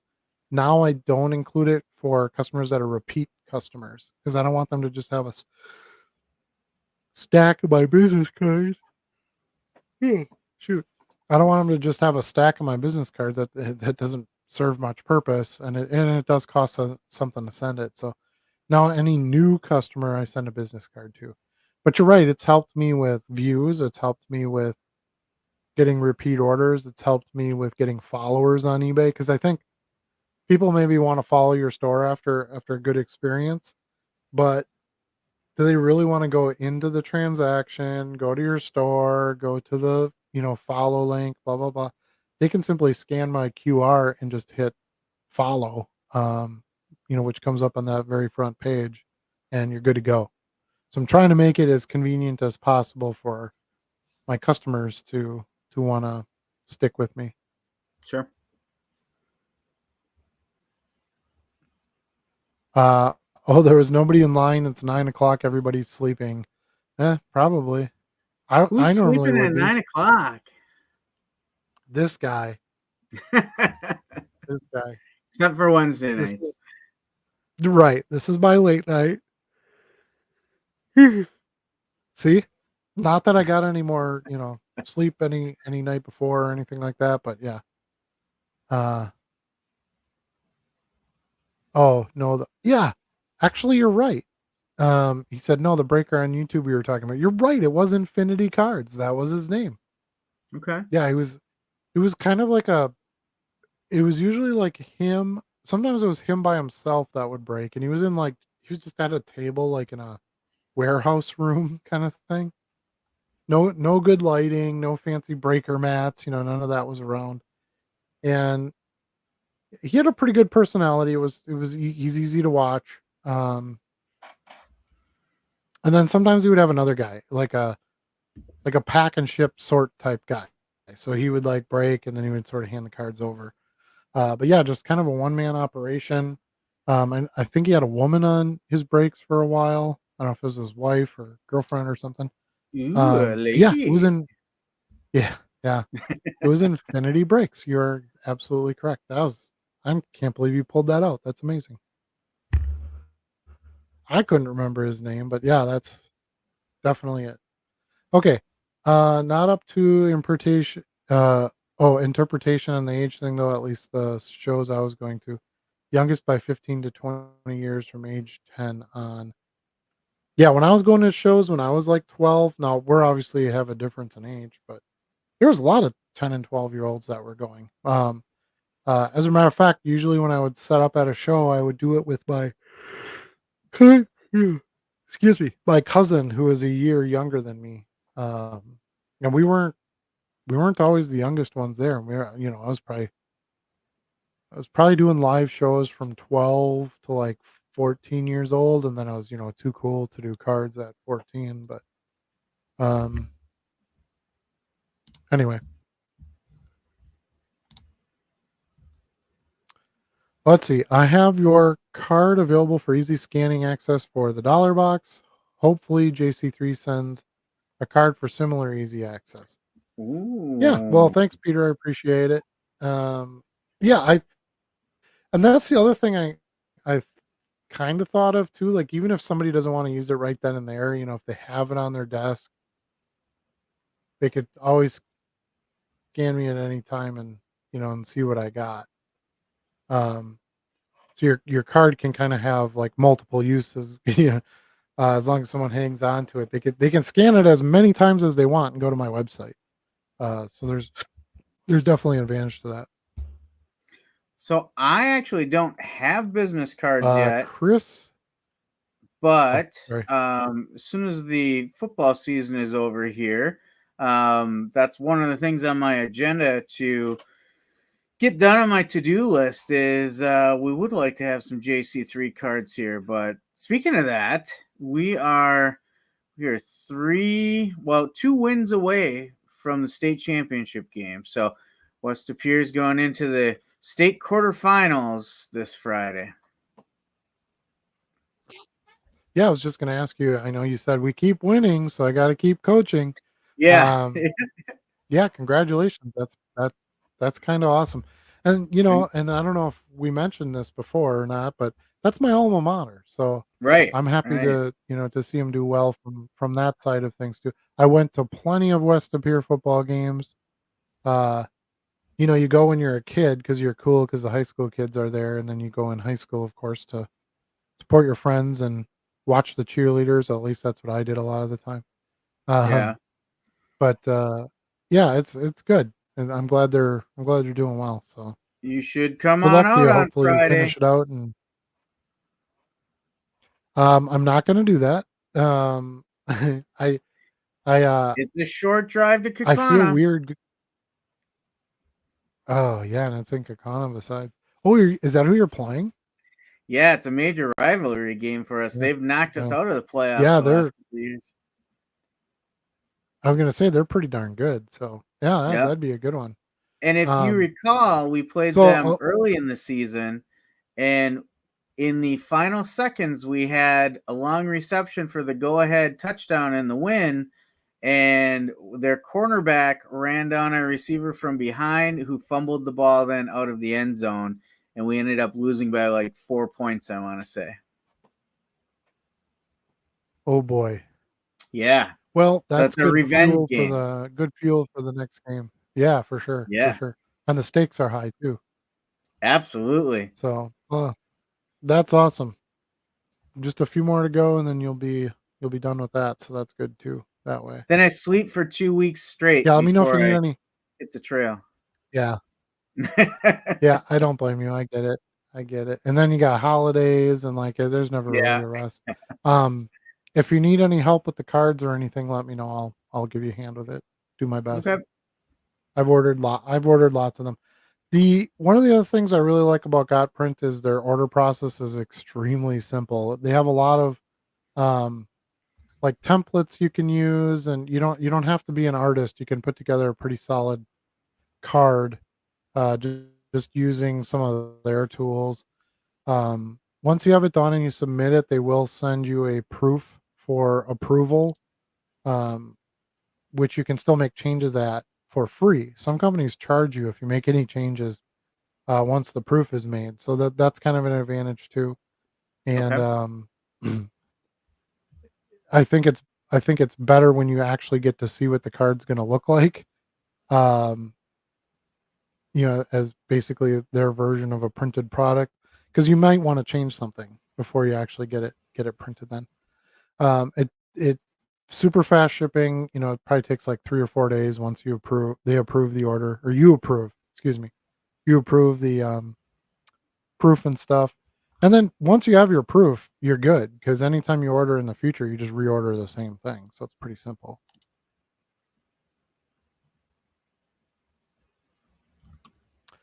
Chris Justice. Yes, Chris Justice was his name.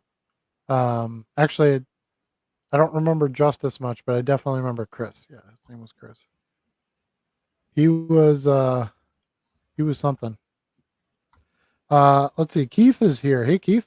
I was one of those sort and ship guys in his vids over the last few years. No Oh, kidding. That was a small world. Chris Justice from Cards Infinity, great guy who recently retired. Good for him. Like I said, he started. I thought I was insane when I first watched it. I'm like, this guy opens packs and people pay him to do this, and then he ships out the cards. Like most of the fun is opening the pack. At least that's what I thought. But there's a lot of people who don't like that. It's a time consuming process. There's yeah. waste.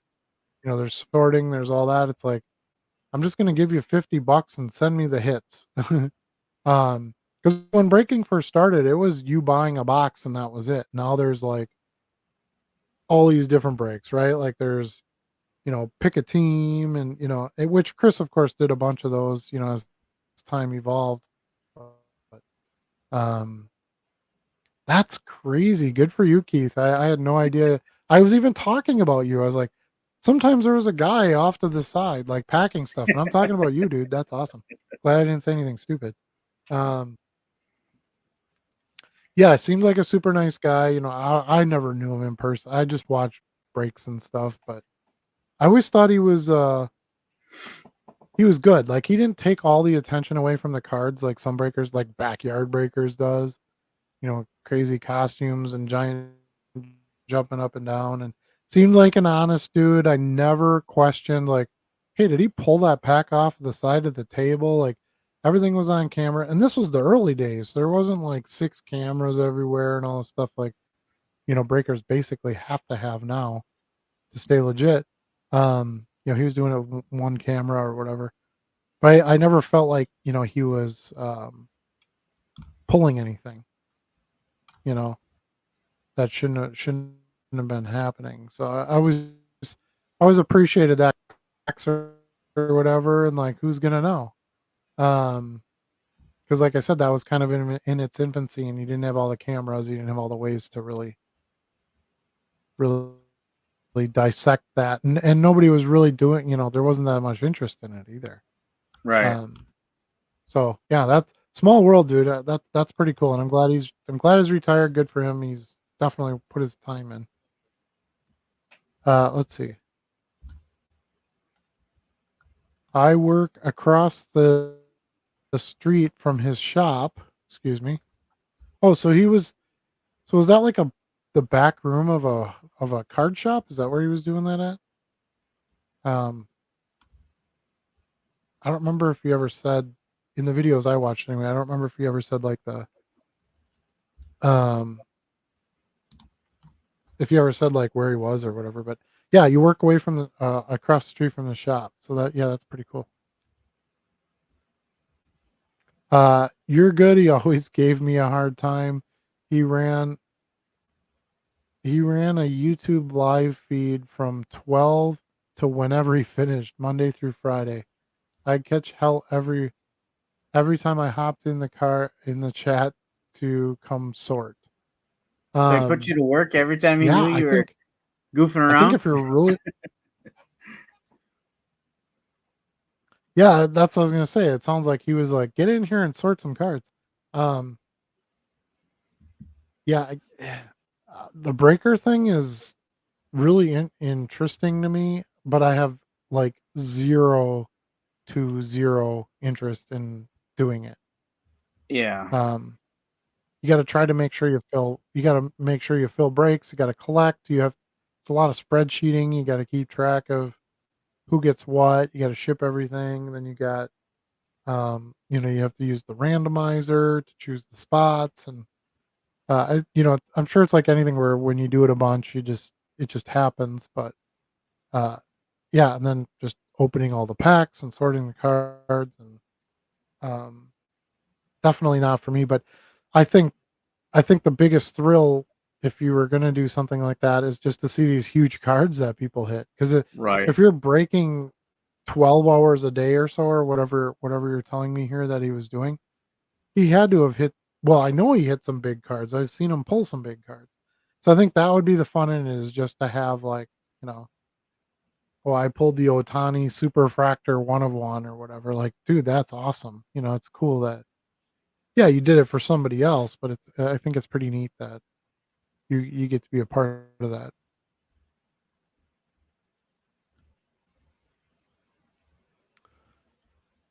All right. He was located in Wilmington, but he moved to Southern Pines, the Gulf capital. He actually had a shop in Seven Lakes, mainly online sales though, which yeah, I could see that because it didn't look much like a shop. Like a card shop that is. It looked more like a shop. Where because I remember he had like the lighting wasn't very good in there, at least at the time. He had like some racks of boxes and like some racks of supplies, sleeves and stuff, and that was kind of it that you could see in there. Um, most yeah, barely saw any product. Usually the product was like him starting the video with a case. And then he would cut the case open and dump the boxes out. That whole bit was generally what I would see. The other thing about breaking is I really suck at it, so I'm not going to do it because of that as well. I have a hard time opening the packs and doing like the reveals, and I don't know. It just doesn't fit my personality as much as this kind of thing does um, for my social media.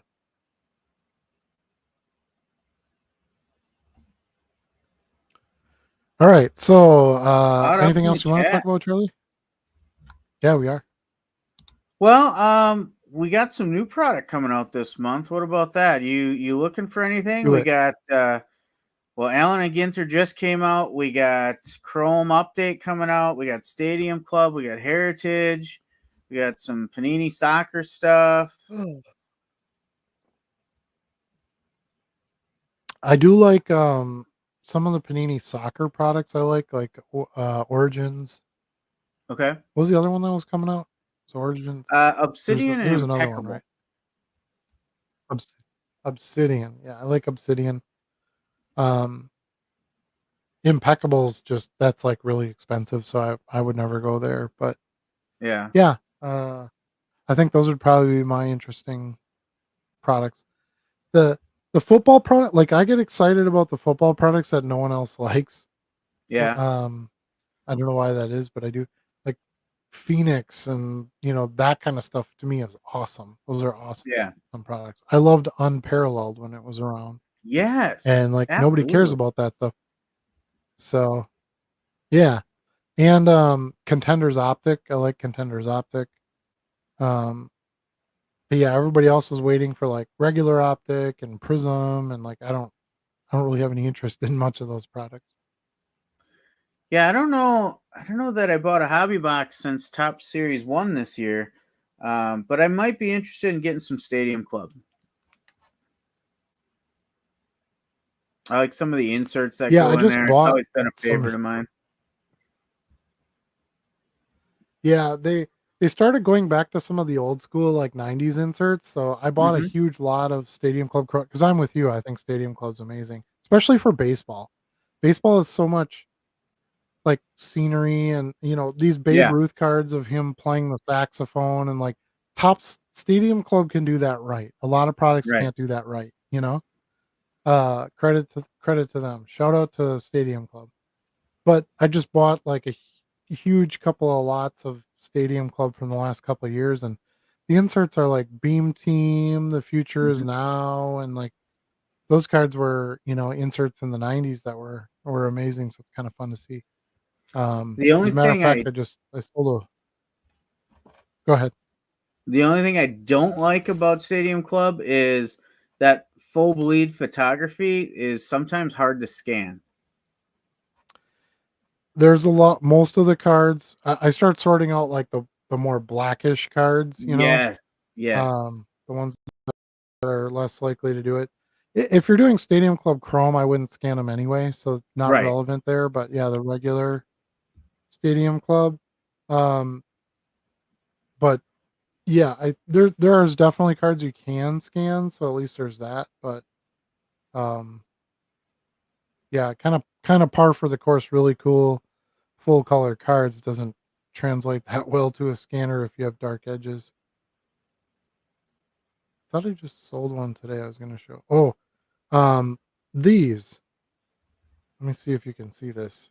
These are the what do they call these? Tro is it trophy? Trophy hunters. Oh, the trophy hunters. Yeah. Trophy hunters. Those Yep, I cards are like that. amazing. So there's an Ichiro I just sold today. Yeah, I got a huge stack of the inserts and stuff. Um, the Beam Team ones. Yeah, that was the one I was gonna show you. I know I had a Beam Team sale. Maybe I shipped it already though. But they've been selling really well, so that's good. I'm definitely swinging.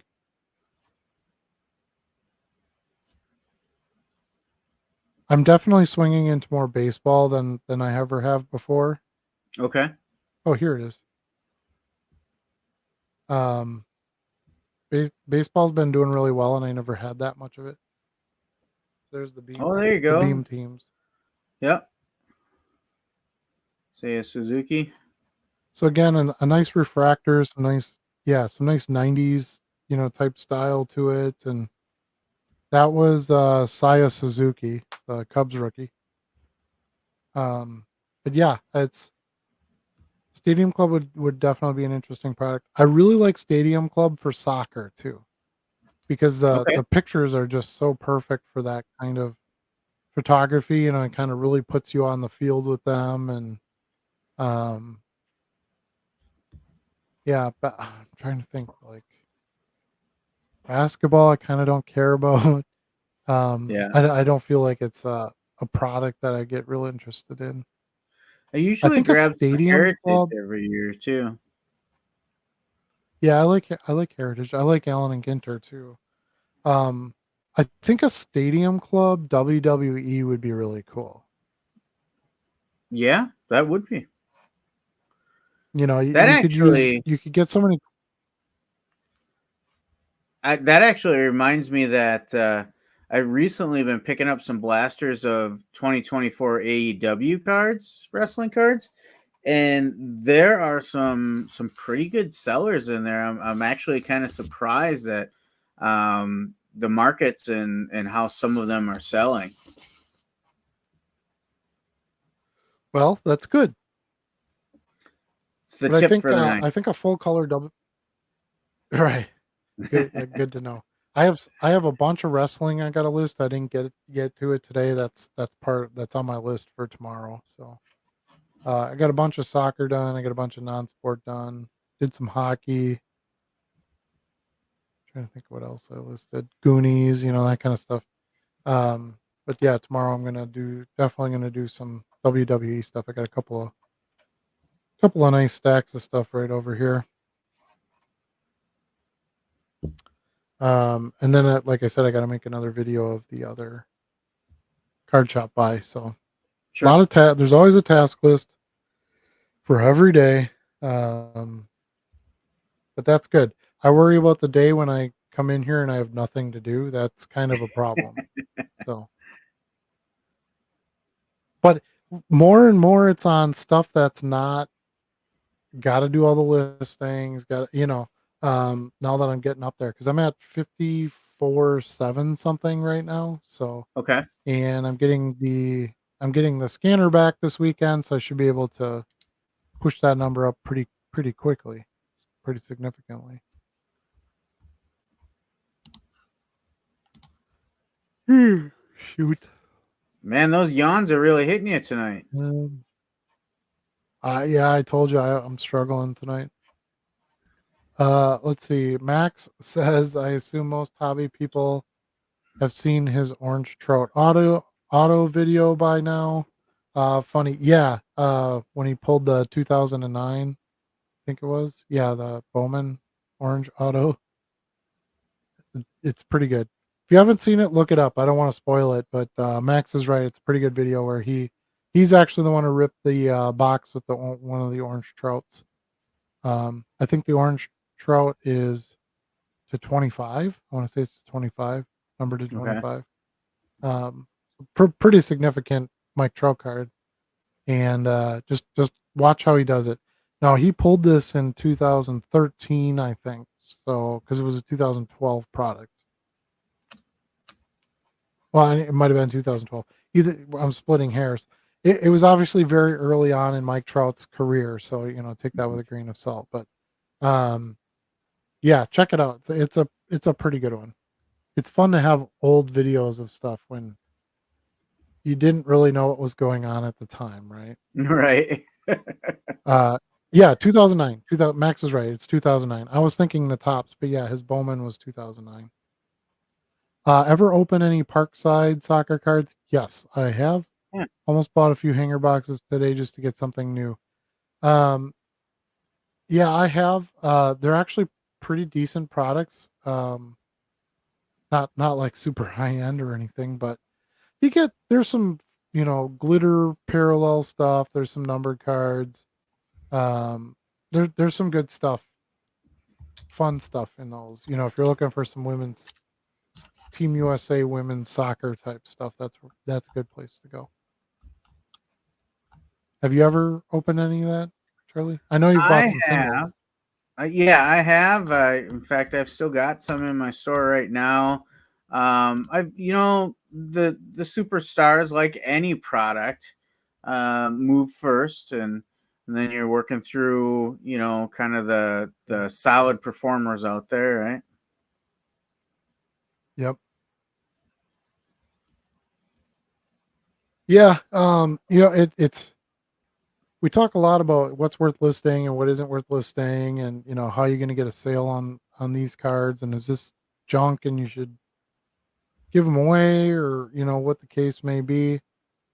Uh, but I think we've heard it time and time again that you can literally sell any card as long as you price it right. Yeah, Um, it's so random. Uh, and to prove this, I pulled up an order that I got yesterday. Um, it's 19 cards, so a decent size order, but it's extremely random. So the first card is 2006 Sports Illustrated for Kids Marcus Camby. 91 Sports Illustrated for Kids Carl Mecklenburg, um, who was a player for the Broncos. Now you're yeah, gonna get a theme here, though. It is a lot of Sports Illustrated for Kids. Next is a Mike Hampton. Remember him, the pitcher for yeah. Orioles, maybe Boston, He played for a few teams. Yeah, Rockies. Wasn't even close. Yeah, played for a few teams.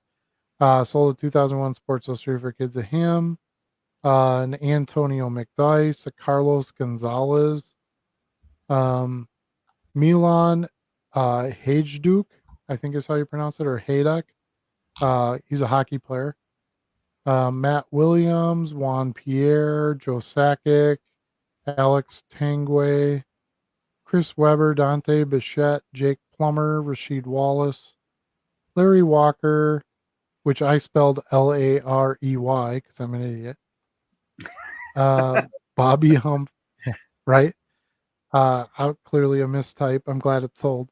Bobby Humphrey, a couple of Dikembe Mutombos, and then a skier, uh, Hermann Meyer.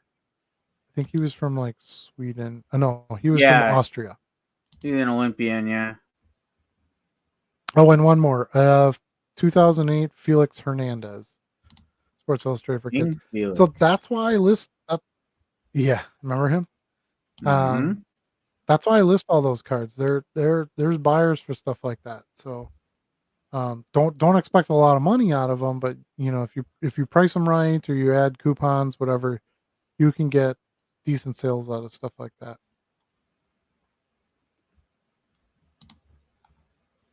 All right, let's move on here. So Max says a perfect world is one where Topps Chrome and Panini Prism coexist and are still available. I miss 2014. Yeah, that's not going to happen. We're definitely going to see, Prism for another year or two, and then we'll have Topps Chrome. Um, I think everybody knows where I stand on preference. I'm not much of a Panini guy. Topps Chrome to me is one of the greatest products of all time. I really like the way they do refractors. They've done some really nice inserts and stuff. So I suspect that is going to be um, much more enjoyable for me than looking at hundreds of Prism cards the last few years. Uh, he says, yes, the orange is. Come on, why won't you click on this? Let's see.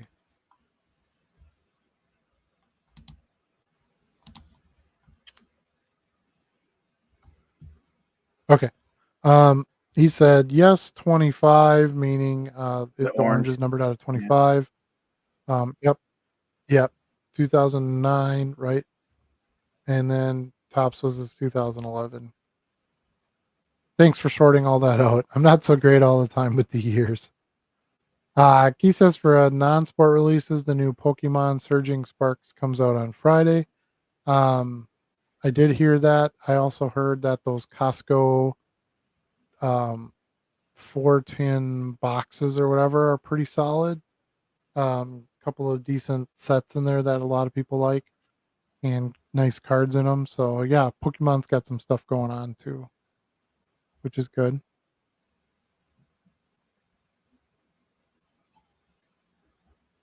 Sounds like an Avalanche fan. Hadchuk Sakic. Yeah. Yeah, some of those international names, they can be tough. I do whenever I do soccer stuff on a video, it's real easy to trip on those guys. Sparks release was Monday for the Play Store. Release for non-Play stores is Friday. Huge set, bought 6 cases so far. In reference to the Pokemon release, it will happen eventually. Maybe not for another 5 to 10 years though. Just the way the market goes, yeah,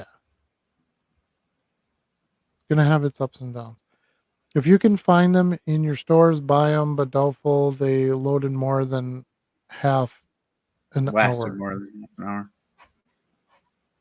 Oh, lasted more than half an hour. Sorry. Yeah, I don't know if he's referring to the stuff coming out or if he's referring to my Costco comment, but yeah. One thing I do know, uh, we talked about the growth of the market and stuff. One thing I do know is that products still sell out really fast. That's usually a good sign. It's a sign that they're not getting printed too much, unless there's just a glut, like somebody, buying a giant disproportionate supply of this stuff. But yeah, we've seen that with even the downtown boxes at Costco. People were Yeah, buying those by the pallet and stuff. It's like, wow, you wouldn't do that if you didn't think there was something there. So, um, all signs point to good for the hobby to continue to grow. Access Costco mini tins. Oh, stuff is gone in a half an hour. The good flippable stuff sells well. Other stuff sits. Yeah, I haven't even tried my Costco yet. I just kind of got that tip this morning, so it was kind of on my radar to check out tomorrow. I need some gas anyway, so uh, I might hit that if I got time and see if they got any of the Pokemon boxes. And he says, yeah, $37.99 for 5 tins. They usually go for 18 to 20 a piece. Yeah, that's what I was told too. That just the value of amount of product that's in it is worth it. And then you're gonna have to clarify this for me. But there's like a red tin in there or something that has like a really popular set in it, and that was kind of the big draw. A lot of people were wanted the cards out of those. Max has long gone. They released it like a week or two ago. I don't. Sometimes I'm surprised. I'll go into Costco and stuff will be sitting there for weeks. Um, Sometimes it's gone in a day. It just depends.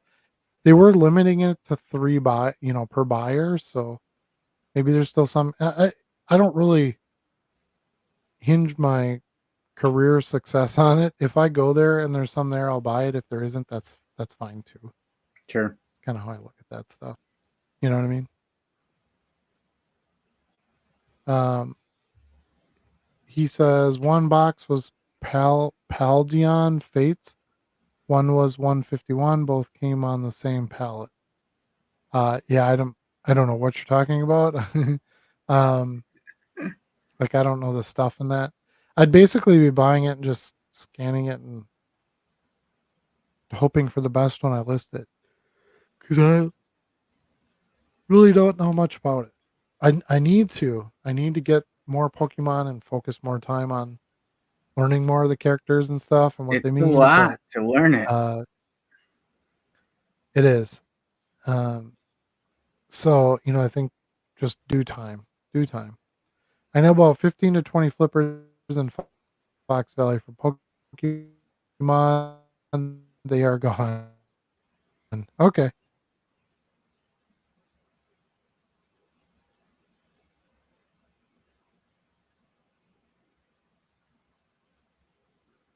No, I know your battery didn't die Yeah, on me and because you're plugged in, that's but fine you're with me. freezing I up stop for there me. once in a while. I'm hoping maybe they would have some more Star Wars boxes. I've done really well with those, and they just recently dropped the price on them. Wouldn't mind picking another one of those, one or two of those up, and then just seeing if they got anything else out. They'll start having, huh? You froze up and started glitching on me. It was like your battery dying, but I know your battery Oh, didn't die this week. no, I think it's just my sluggish laptop. That's the only Um, uh yeah, that's the only thing it could really be. Because my obviously my internet is blazing fast, so it's got to be the laptop's performance. But anyway, we're talking about these uh boxes, Costco boxes. And yeah, I just kind of pop into Costco once in a while. If they've got something there, I buy it. If they don't, then I don't. So, um, yeah, I've been meaning to stop in there with um and just see, if they've got anything new. I'm hoping they get like some holiday packs for stuff and things like that. If the companies put anything additional out for the holidays, because I love Christmas stuff. You guys know this. Pokemon 151 was the special set listed last year of the original 151 Pokemon, highly popular with some nice chases. Sounds cool. Kind of a re-release of the old stuff. Max going off Wi-Fi or plugged straight. Wi-Fi. I'm in the basement. I don't have a line run down here, so um, it's yeah, I'm 99.9% sure it's not my internet though, because I have zero problems with internet all day down here, which I'm running a lot more at that time. Uh, there's a lot in my whole house running at that time, and it is fast. I never have any buffer on my TV. All my pages load instantly. I have had absolutely zero problems. It's just kind of on this live, so I'm guessing it's just my computer, pumping out the streaming is not quite up to par.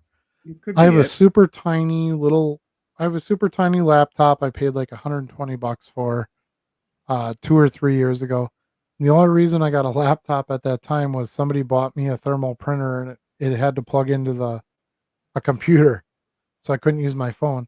So I just figured, okay, I'll buy a laptop.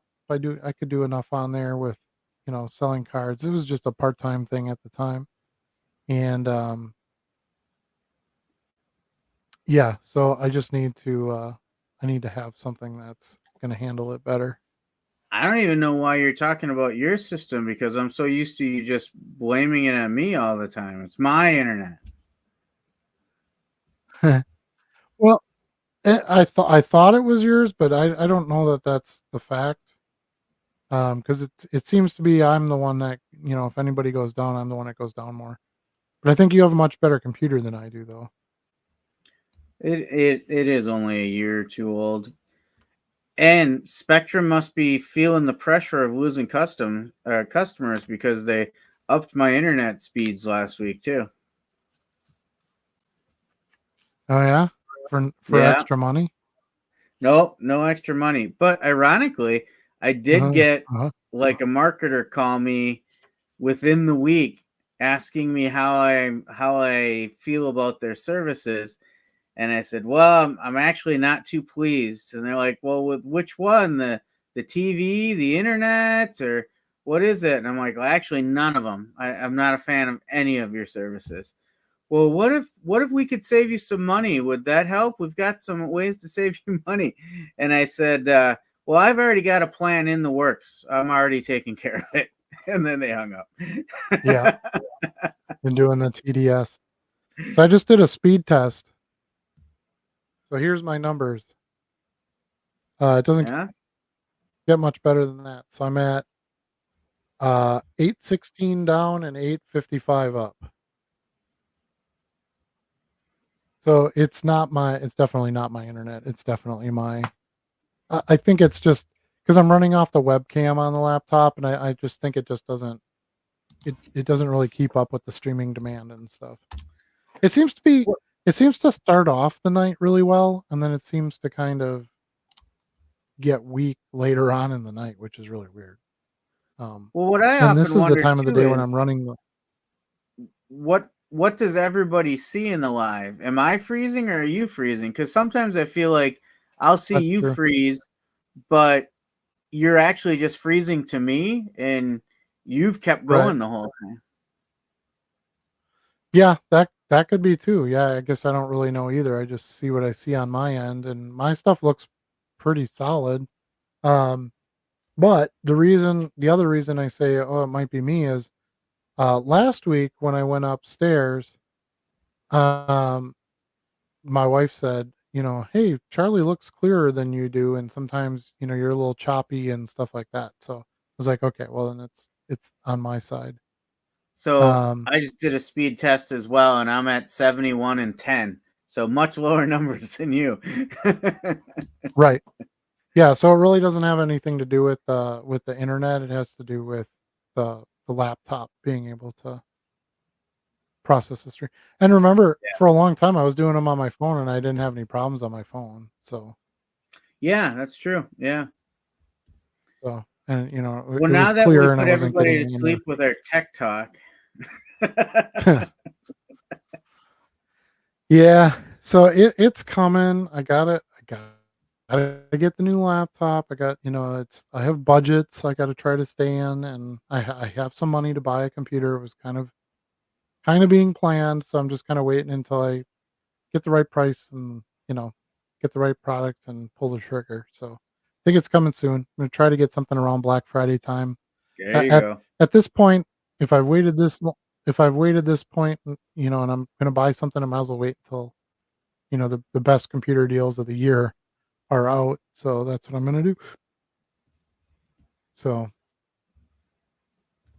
yeah, Max says the same thing. It says you're blurry and freezing, and Charlie is crystal clear. Um, So yeah, I need to improve that. I owe it to you guys in the audience. I owe it to Charlie, and I owe it to myself, and I owe it to the stew because he's always there for us. I need to always be there for him. Uh, Right? and yeah, it gets frustrating on my side too. I don't want to be freezing and re-scanning and buffering or whatever. Um, that's obnoxious. It's 2024. We shouldn't have buffering. Uh, on our stuff, especially as um, a guy who does social media stuff. Like that doesn't make a whole lot of sense. Yeah. All right, Max says buy the cheapest laptop at Walmart on Black Friday. Planning on doing the same. My iMac is on its last leg. Really want another, but rather pay 200 instead of 2,500. Yeah, I Yeah. won't be spending 2,500. I did find a couple that I like, and I think you're right. I think it was Walmart. Um, was where I saw it. I was gonna check Costco too, since I got to pop in at Costco anyway. They always have some pretty good deals on stuff. But the other thing is I only have like a 10.9-inch screen or something like that. It's not very big. Um, I do have a TV right above me. I could plug into that as a monitor. I just haven't bothered. I don't do that much on it that I really care about the size of the screen. But if I get a new one, that would be kind of a nice advantage as well, as just to have a little bit bigger screen. Sure. I don't need touch screen. I don't need one that flips all around in a bunch of directions. I don't need, a gaming PC. I don't need to be sold any of that. I just need something that's gonna process things a little quicker for my streams, um, and hopefully has a little bit bigger screen. So I might be making that trip tomorrow. We'll see. See if I got time. All right. I think that's about it for this week. I didn't really have any other topics to cover. Um, Docket and buy $100 monitor. Yeah, I could Yeah. buy an. Oh, I should probably put that on the screen. I could do that too. I honestly I don't care how big my monitor. I know I've had people pop in my office and they're like, "Dude, you work on that little computer?" And I'm like, "Yeah, it doesn't really bother me.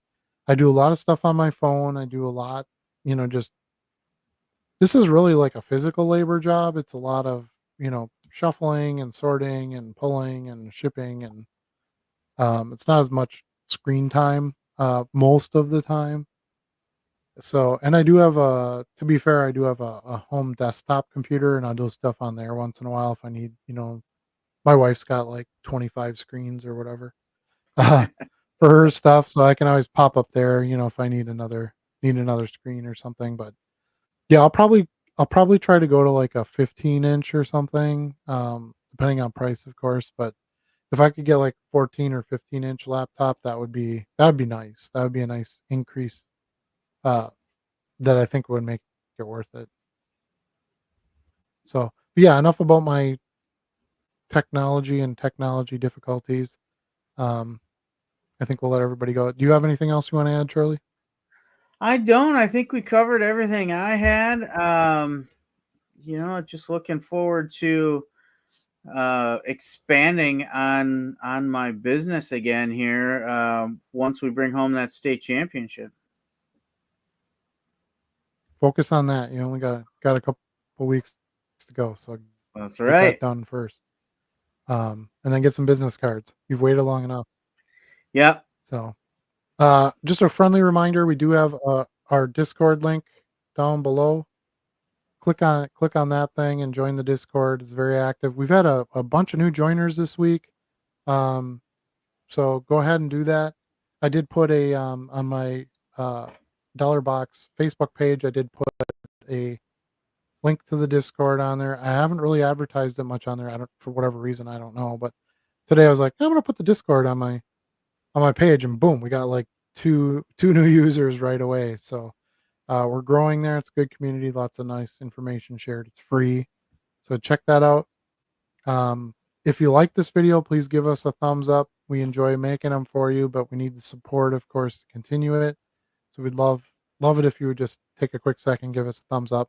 Maybe share it with somebody if you think of someone else who would possibly enjoy my bad technology, skipping, blurry, screen stuff that I do.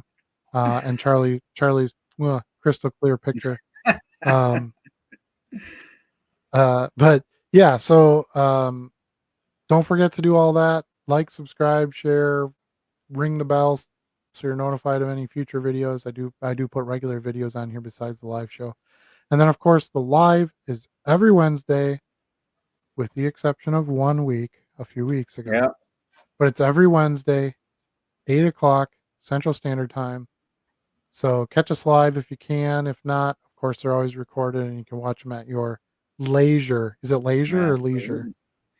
I say leisure. I say leisure too, but I've been hearing more people say leisure, and I'm like, kind of makes sense because it's Well, LEI. is it a But schedule or a anyway, schedule?